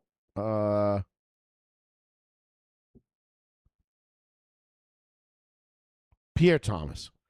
Pierre Thomas, yes. Jesus okay. Christ. What did I say? Moore? What was it more? No, you said Mike Bell. I think I was thinking Mike Bell, but yeah, it was Pierre Thomas. Remember he went up over the. It was the same thing that happened because it was 2009. Remember we had the 4th and 2 against the Colts, and Kevin Falk kind of bobbled the ball. Yes. And when he got it, when it's where he landed, not where he initially caught it, because he would have had it if he caught it clean, he would have had it, but because he bobbled it, you lose that forward progress. Same thing happened with Pierre Thomas. He went over the top, fumbled it, regathered it, and then got hit back, and then landed behind the line of scrimmage, and it should have been called short. It should have been Vikings ball, and the Vikings probably would have won that game. And Sean Payton has no Super Bowl titles to his name, and who knows how history changes if Brett Favre and the Vikings go into Miami and beat Peyton Manning and the Colts. But we would have had Brett Favre versus Peyton Manning in a Super Bowl. That would have been pretty cool. That would have been awesome. That would have been an all-timer. Really quick, not to get too far away from this topic, but I was looking for this tweet I was looking for the other day. Here's the NFL's official projections for the next 5 years through 2030 for the salary cap. Okay. All right. So next year they're predicting the 2027 salary cap to be between 323 and 330. It's based upon what the actual revenue of the NFL is going to be. Of course. And then it's obviously they're estimating 22 to 25 million per year after that. And the reason for that 22 to 25 million per year after that is based on upcoming streaming media deals that they know are coming. Are we going to be at 500 by 2030? No, not that much. 470? No, still not that much. Upcoming streaming media deals that they have in the pipeline, new international revenue, including new international revenue media deals, which we didn't know about. And I keep forgetting that. They have to do European TV deals, which I don't consider that a thing too. And then they're going to be expanding as early as next year to 18 games. So in 2027. So in 2027 is going to be, 2027, we just talked about that, 330. 2028, $350 million. 2029, 375, and 2030, 405 million. So we're going to break 400 million by 2030. Yeah, 405 million. Salary cap. Yeah, salary cap. 405 million salary cap. That is insane. So somebody in the year 2030, maybe not even drafted yet, will be paid $100 million. So this is how like the guys that were playing in the 60s or the 70s felt about the guys in like the late 90s. They were like, fuck these kids. Yeah. Or the guys that were playing like in the 80s felt about the guys in the 2010s. You know Manning's son right now is like, oh, God. Dude. Like, Arch Manning is like, I am going to be so rich. Not if he's getting drafted by Miami, which is what they're planning. They're going to ruin that kid's life. He's not going to make past that rookie contract. That might be true. Sam Ellinger not doing too great in Broncos camp either. He's had some moments, but, remember he was the one that got beat out by Arch Manning. I know. So, we'll do official predictions on the 8th. Did we miss anything tonight? I wanted to do really quick about Lakers, Jeannie Buss. The Buss family fucking hates her guts. So let's talk a little bit of NBA. So obviously the Lakers got sold again for the second time in 2 years for $12.5 billion. No, I thought it was 13.5. No, they sold 2 years ago for $10 billion. Okay, and then this guy just made $2.5 billion off of them, if I'm not mistaken. It is $12.5 billion. So 12.5. Insane. The biggest amount of all time. Kushner and what was the other guy? I forget. Bob Iger. Oh, Bob Iger, right. If anybody knows Disney, this guy was Mr. Let me talk about your Disney experience and how much it's going to cost you. So he's the guy responsible for Disney being $1 billion fucking dollars if you go there now. Makes sense. But he's gone from Disney. They booted him out. Granted, I don't want to go to Disney ever. So, but essentially, anybody you ever heard with kids and bringing back like the Disney adult, he's a Disney adult guy. He's the one that made the Disney adult a thing. He's like, we're gonna cater to Disney adults and stuff like that. People without kids. It's awful. So he's responsible. He's a media guy. He's a streaming guy. He's all the money. I'll tell you what. There's a fucking niche there, man. Holy shit. I'm telling you, I'm sorry. Disney adults are weird people. You're gonna have. That's a weird fucking thing. You're gonna have a Lakers streaming service within 12 months. Oh, I don't doubt it. That's fine. And you know what? Honestly, I might actually pay for it because you know what? I would actually pay $50 a month. Not that much. I'm telling it's like you. $50 for the year. No, it won't be that cheap. Then I'll take it. But I'm not paying $50 a month. This guy's a greedy prick.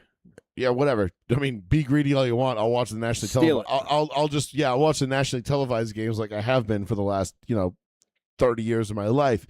But if there was a way to just watch the Lakers, like the Yes Network with the Yankees and stuff like that, I can't say I would be opposed to doing it. Now, if it's cheap enough. Because I don't like basketball that much. Like, I love football enough to pay for the Sunday ticket and Red Zone and all that bullshit. I don't love the NBA enough. Like I'm not chomping at the bit to watch, early December game between the Portland Trailblazers and the Lakers. You know what I mean? Mm-hmm. I really don't give a shit. It's a nothing game to me. But if it's cheap enough and it's on and it's something to watch, if the price is right, I could see myself buying into that. Just because, again, if it was something like $10 a month, like all these other regular streaming services, get all the Lakers games, even like get every Lakers game for $10 a month on the Lakers network. Yep. We'll call it the Lost Network, whatever. Call it the Kobe work, the Kobe Bryant Network. They'll call it something. KBN. We'll call it the KBN Network. KBN. And $10 a month, you can get every Lakers game. I probably wouldn't be opposed to that because there's many a nights where like I'm just sitting at home, especially in the winter months, where I'm not doing anything and I'm like, I'm kind of bored, And I would throw the Lakers on because they play at 10 o'clock most on our time. Obviously West Coast games. Correct. They're playing at 10 o'clock at night, 10:30 at night. And I'm like, well, this is kind of nice to have something late night to throw on and have on the TV as background noise while I'm doing X, Y, or Z. While I'm up here racing or playing video games, just have the Lakers on and watch Luka do his thing. I would actually be pretty excited about that. Again, if the price is right.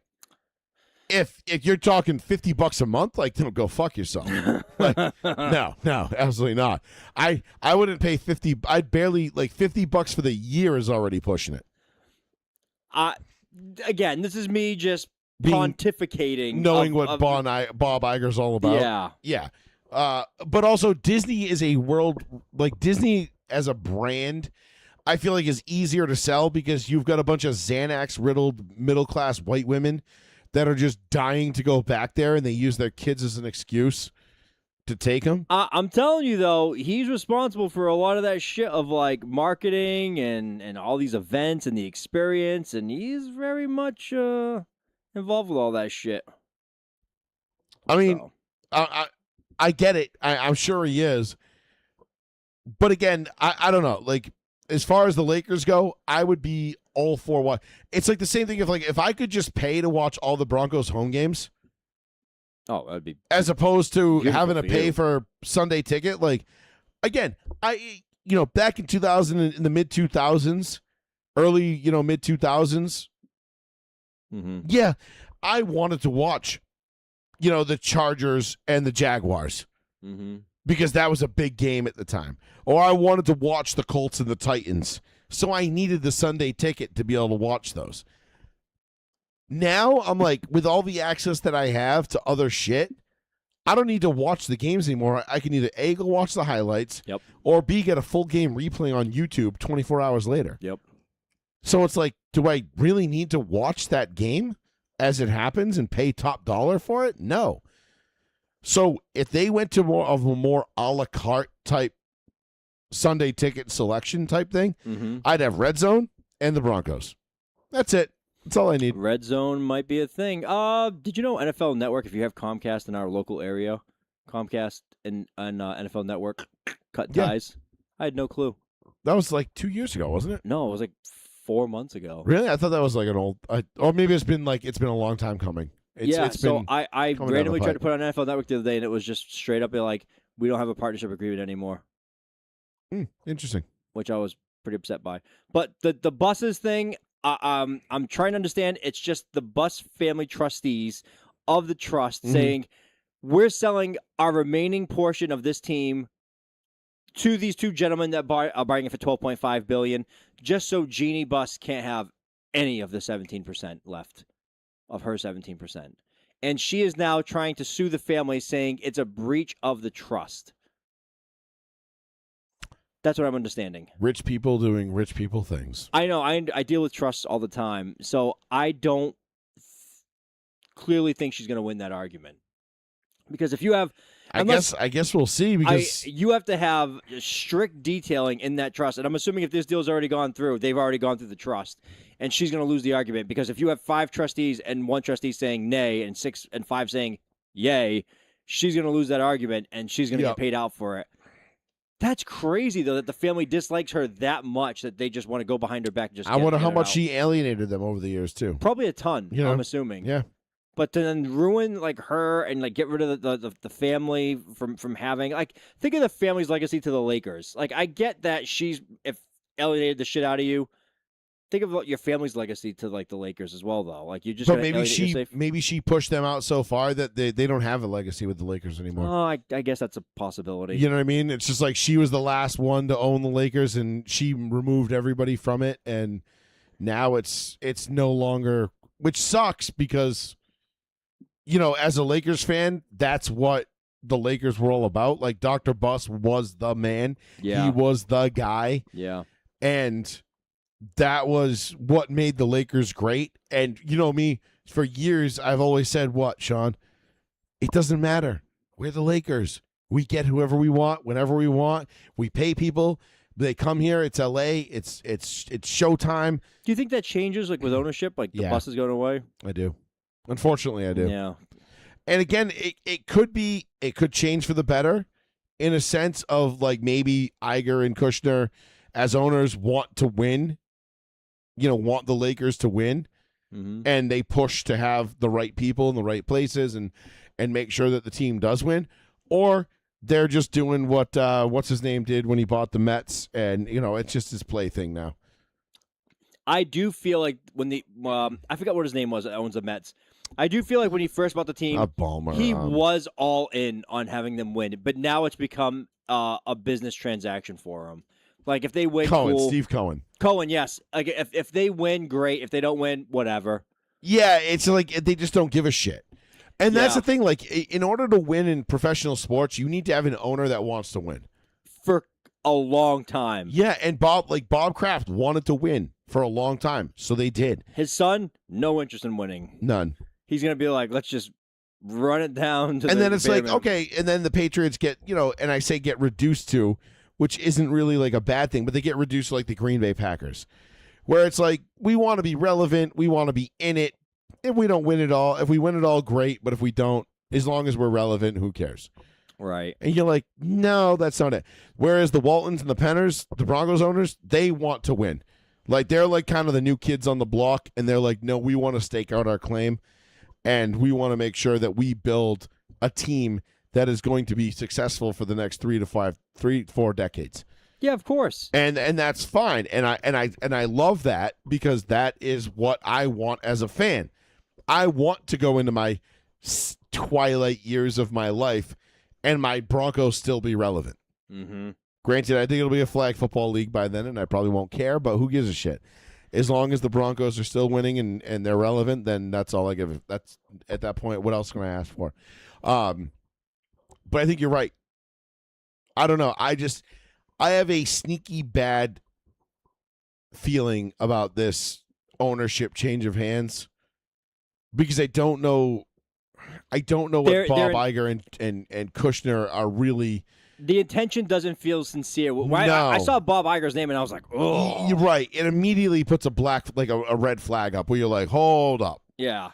Just like he's buying this team. Just like when I saw John Henry had interest in the Celtics, I was like, oh my fucking God. I was like, that's a disaster. Right, because I don't want an owner that's going to be interested in winning, like, oh, we're interested in winning for the next 3 to 4 years. Yeah, sometimes. But then after that, we're not really interested, because then we got to recoup the money and we got to do no, this is the Lakers, dog. Like, we're NBA royalty. We expect winning seasons. We expect to be competing for championships every year. You go get us the best fucking players that you can. You build the best teams that you can, and you win championships, period, end of story. That's like if a Steinbrenner didn't own the Yankees. Right. It would just feel weird. It just sucks. It just, I don't know. I'm not a fan of this move. I don't like it. But, I can't do anything except root for the name on the front of the jersey. No, of course. Or until you get burnt out by ownership. Like look at the Red Sox. The Red Sox are having a phenomenal comeback. I still won't watch them. I put them on the other night, last week, so I put them on. I put on the Red Sox on my TV for the first time. Won't give in. Since, 2018 when I denounced them? Maybe, yeah. whenever you, me, and Darkness were on the show, and I put the Yankees hat on. It was definitely pre-COVID. And it was pre-COVID, and I denounced the Red Sox, and I said I'll never root for them. I won't root for them again or watch a game until John Henry dies or sells the team. And to my credit, I have not put on a single Red Sox game since that moment.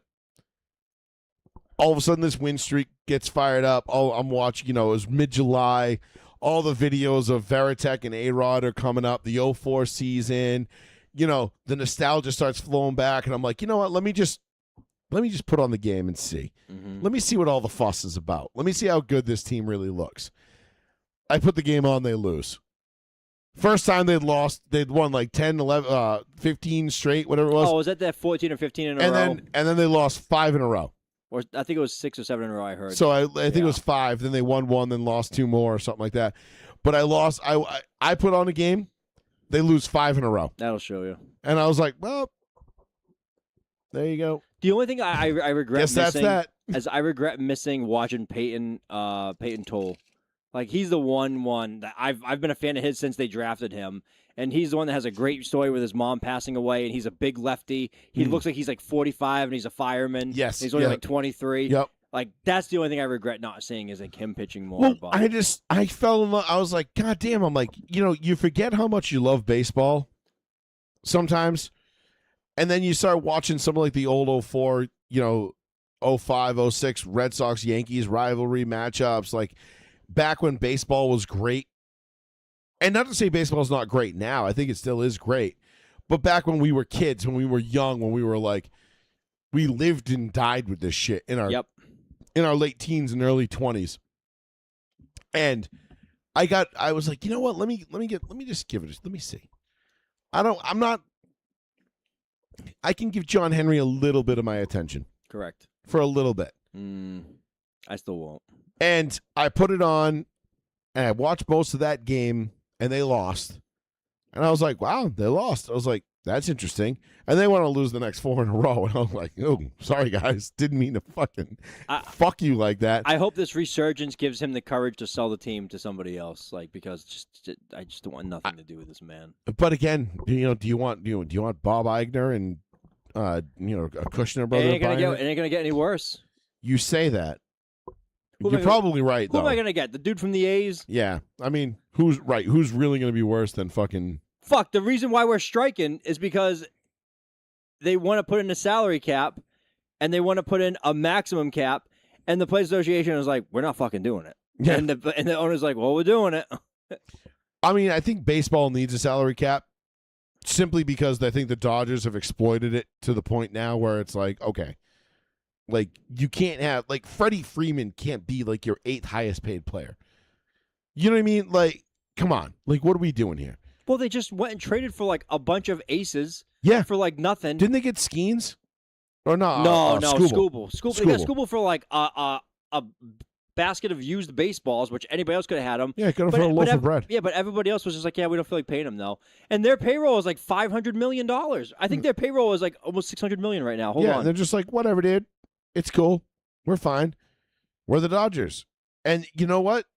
They're probably going to win the World Series again this year. If they don't, it'll be one of the greatest upsets in sports history.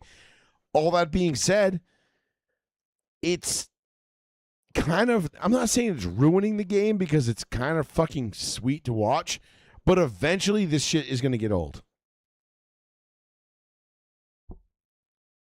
All right, I don't understand what the fuck this means.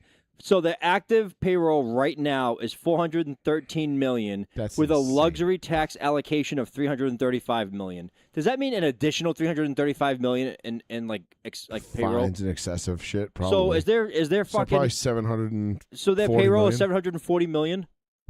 Probably. Because the luxury tax and all that shit. Like, yeah. Remember we went through this with the Red Sox and the Yankees in the early 2000s, where they had $200 million payrolls. And everyone's like, oh, I can't go with the luxury tax. Oh, they're going to pay the luxury tax. They're going to pay the luxury tax. And the Yankees were like, yeah, we're paying the luxury tax. We don't give a fuck. Skubal, by the way, makes $32 million this season, and that's why nobody wanted to pay him. He's actually the highest paid Dodger right now at $32 million a year. Really? Oh, well, on paper. Ohtani. Ohtani is signed for like a 30-year deal. Yeah. Just keep in mind he's signed for like $25 million a year for 30 years. Yeah. Which is another bullshit deal. That's what I'm saying, though. But that's why. How would you like MLB, $25 million for 30 years? Like what? Like, actually, no. I want my $400 million up front. Thank you, so I can do stuff with it. But including gambling on myself, which that was the trainer. The national media will just sweep under the rug because I'm the face of this fucking sport now. He's unbelievable, though. Oh, dude, trust me. Nobody's a bigger Ohtani fan than I am right now. But that being said, I think something has long had to been done about the MLB and their salary cap or their salary and the way they pay, because do they even have a salary floor anymore? No, there's no floor. There's no floor, right? They're fighting for the floor. So like the Kansas City Royals, the Tampa Bay Rays, the Oakland Athletics, like all these like kind of shitbum small market teams can just kind of float, but they still get a piece of the revenue sharing. So it's like kind of bullshit because they get, you just get to kind of ride the coattails of all these other teams. And it's like, well, that's not fair either. Like, you should still have to spend at least some money to try to be competitive, you fucking cheap fucks. But then again, like, how much do you make them spend? I don't know. All I know is that we're not going to have baseball next year. 100% not going to have baseball. No. I'm trying to see what they're paying with penalties, if I can find it on like their actual like balance sheet. I think we froze. Fuck. They're like, oh, you're talking about numbers and balance sheets? Fuck you. Now you're not going to have a show. Back. Okay. I'm trying to see exactly what it is on their balance sheet. Oh, they pay a lot of crazy salaries.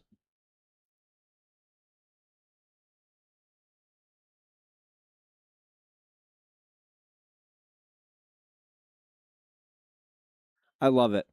I'm in just regular contract declarations for Shohei Ohtani. 10 years, $700 million contract with 10 years of deferrals. Oh, okay. So that's how he's paid $25 million a year, because you have 10 years of deferrals added on to a 10-year contract. So that makes all the sense. So a 20-year contract? Yeah, it makes plenty of sense. Not.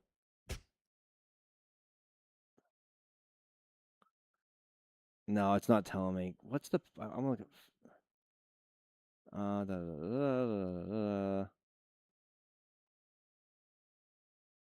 Including penalties.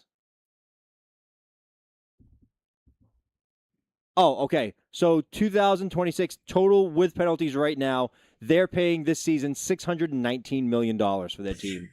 That's the official number right now. Jesus Christ. Imagine the owner in the box like this. They lose. He's like, well, I'll just buy more guys next year. Well, back to the farm, I guess. He wait, we don't have a farm? Oh, never mind. He opens up his Mac. He's like, just types in best free agents available. It just doesn't care. It's a literal fucking fantasy football draft, baseball draft for him every single day. He's like, all right, who's available or potentially available? How much do they want? Yeah, we got it. It all started because of a divorce. That's how it started, with the Dodgers going crazy about spending this money. Yeah, true. Because the owners of the Dodgers got divorced, and he was like, I have to hide my money. Can't get it if it's invested in the team. And he just started blowing his money into the team like crazy. Yeah, but again, that's why we're not going to have baseball next year. So when we don't have a baseball season next year, just know the LA Dodgers are at the crux of the problem. Oh, I guarantee you, if they create a cap and they're like $300 million over the cap, the guys going to be like, well, the team's gone, so goodbye. Yeah, well. He's gonna we'll go fuck ourselves. Well, but I think if you put like the cap at like $500 million a year, they can't have it that high. But you put but you need a floor too. The floor's gonna have to be like $100 million, $150 million. Yeah. All right, so cool. So the Royals gonna spend $150 million on payroll. They don't even spend $50. I know, but you make them because revenue sharing. But then you leave the cap high enough so that the big market teams can still go out and get the guys they want. I think there's a happy medium there. I think like even if you made the cap like $600 million, or I think $500 million is a good place to start. $500 million cap, $100 million floor, and then let everybody just kind of fill in the blanks in between, and see where they fall, and then let that ride for 4 or 5 years, and then readjust it as it goes. I don't know. I want baseball to do well because I love baseball. Yeah. And I want the MLB to do well. But, it's going to get tough. It's going to get tough because now you're trying to tell, the Kansas City Royals are going to sit there and be like, $100 million? We haven't spent that. We let Eric Hosmer walk for less. And he got us a World Series, for fuck's sake. They don't. No, I can't. They're like, fuck that dude. Yeah, and so it is what it is. I mean, I'm trying to think of what the baseball thing is, and I know we're it's already midnight. Hold on. We're close. MLB lockout. That's what I'm trying to look up.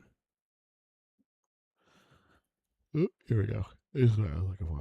So it's actually expected as of December 1st of this year is when the lockout would happen. Owners are proposing a system featuring a hard salary cap. The owners are proposing a 240. By the way, it says most owners. Most owners are proposing a hard salary cap of around $245 million a year, alongside a payroll floor that creates a competitive balance for all.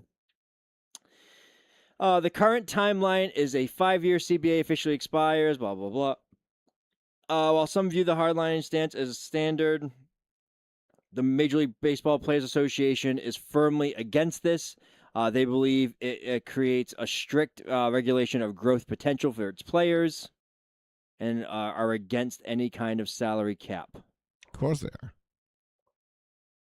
Well, good. I mean, if you're the players, you don't want a salary cap because you don't want to have that, that limit to how much. Well, we can only pay you this much because, sucks to suck, but. So wait a minute. So if they do 245 or 253? What did I say? 245 million. So if they instituted that December 1st, the Dodgers on December 2nd are $374 million over the cap. How much? $374 million. Oh, that's it. The Dodgers would turn into what's that movie, Clerks? They would have just a giant white banner with spray painted sign that says, "I assure you, we are open," and they would just field no team. Yeah, that sounds about right. That's fucking hysterical. I don't know. I can't see it getting done.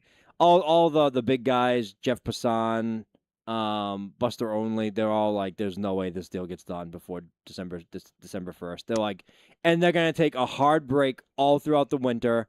They're going to come back in March, and they're still not going to have anything because they're not going to talk. I mean, that sounds about right. Yeah, like you said, we know there's going to be no baseball next year. Unfortunately, we know it's just not going to happen. Some MLB owners are already expecting an entire cancellation of the 2027 season. An entire cancellation. Wow. What would that do for contracts? I never thought about that. Would you have to just skip a year, or that contract you just expired and you just don't get anything? I don't know. How did it happen back in the 80s? There's probably language in each contract, right? I don't know. Because I'd have to imagine a lot of these guys that were signing new deals had to know this was coming. So there's probably language in there protecting them.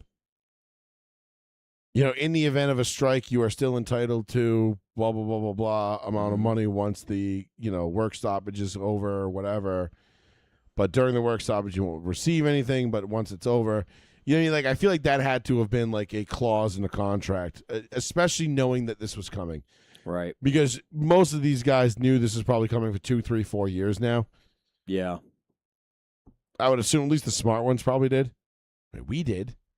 We kind of already saw this coming, and we're not nearly tied in like an agent would be. So strange. It is that. I will give you that. But anything else?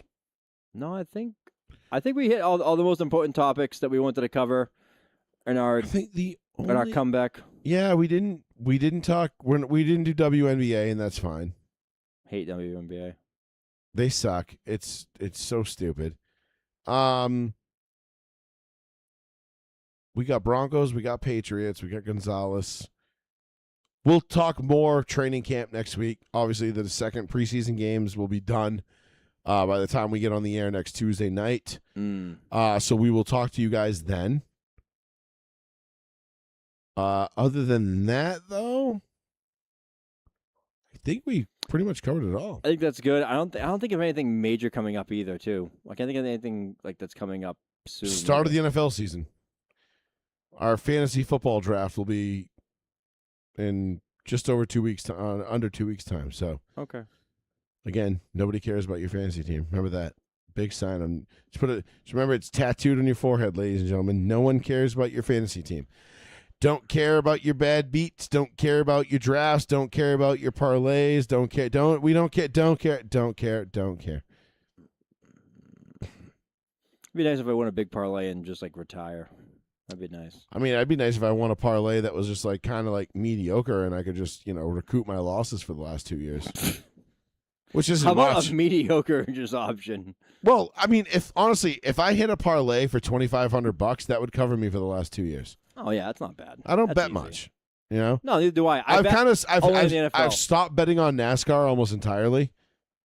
Because the books finally woke up and figured it out. Yeah. So for the first 2 years that we were betting NASCAR, there was a lot of money to be made, and we did good. Mm-hmm. I did good with racing, and it was fine. Now they're covering a lot of their shit. But now they've kind of figured out how to adjust the numbers, and even though with the amount of variables in Cup, like you're now like if you're spending $10 to bet on a guy who's like plus 2,500, the chances of him winning are not gonna less happen. than 2,500. You know what I mean? And like when you used to be able to get a guy like a Ryan Blaney or a Denny Hamlin at plus 900 or plus 1,000, now they're like plus 125. Yeah. And you're like, fuck. It's not worth it. No, it's just not worth the risk. So I've been trying to parlay NASCAR now. I went over to DraftKings because they let you parlay. Yeah. So you can choose like, I want these 3 guys to finish in the top 5. And you can parlay it. Might not be the greatest odds, but in terms of a parlay, but it's still good. But I think I'm just gonna stick to my $1, $10 parlay, my $1 parlay on Sundays with football, for the Broncos games or whatever, and just be like, yep, that's it. I'm good. Other than that, I'm done flushing money down the toilet. Yeah, I don't blame you. I don't blame you at all.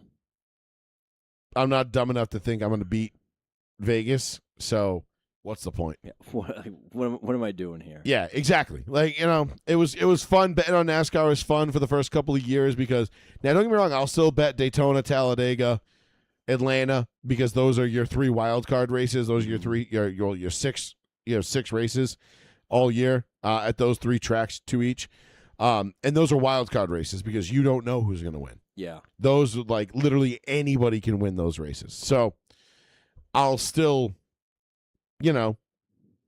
throw some money on those, but other than that, though, it ain't nothing. I'm good. It's just not worth it. You know what I thought about doing, like, as most... Do you think they would take a 32-leg parlay? Sure they would. And you know what I thought about just insanely? Going to every, like, main running back of every team week 1. Just all of them to gain 5 yards? All of them to gain, like, the minimum, because you can't do, like, 5 yards. Right. All of them to gain, like, the minimum, and the minimum might be, like, 20 to 25 or 30 yards. And doing that for every single one. The chance of it happening is pretty close to 0 anyway, because someone will get hurt or something will happen or they don't get used or whatever the case may be. But just thinking, like, how much that would be. Oh, we might have to try that. You know what? When we do our pick segment on the 8th, yeah, let's do a week 1 experiment, and let's see if we can do that. You do running backs, I'll do wide receivers. Oh, are you going to pick, like, number 1 or just, like, whoever? No, I'll just pick, like, whoever I think can make, 25 yards receiving. Yeah, I want to try 30. Like, I'm not going to try it right now. 32-leg parlay ? I mean, they'll allow it, I'm sure. And if they don't want to pay you out, they'll just say it was bullshit and they won't pay you. Then you'll have to sue. These are extreme odds and very unlikely to win. You don't say. No shit. That's why I'm betting them, fuckface. They don't call it gambling for no reason. I'm going to tell you something else, Google. Me betting even straight up is extreme odds. I was gonna say, me betting a 3-leg parlay is extreme odds. Fuck you talking about, fucking asshole. All right, well, we'll leave it there for now then. We'll be back next Tuesday night. Hell yeah. 9 o'clock, 8:45, 9 o'clock, whatever it is. We'll be back on the air right here on the one, the only, the New Bedford Guide. Until then, enjoy your weekend. Have fun, everybody. We've got a cup race in New Hampshire this weekend, so if you're not doing anything on Sunday and you find yourself in the northern portion of New England, by all means, stop into Loud and check out the race. Should be a fun time. NASCAR races are the best. I got a buddy of mine who's going to a cup race for the first time on Sunday, taking his kids, and I was just like, dude, you're going to have a fucking blast. Only spectator sport in the world that you can bring your own 30 rack into the stadium and nobody says everybody just says have a great time. That's hilarious. As long as you don't bring any glass, you're good to go, and the cooler fits in the parameters that it's like about the size of your carry-on luggage at any major airline. But yeah, it's gonna be a good time. And then we got Daytona next Saturday night, which I am absolutely fucking thrilled for. So we will catch you all next Tuesday. Right here on Row 1, Seat 1, Joey Fats Radio, on the one, the only, the New Bedford Guide. For Mr. Betancourt, I am your host, Joey Fats, and we'll talk to you real soon. Next Tuesday, everybody. Next Tuesday. We'll be here. Take care. Y'all have a great weekend. Peace. Adios.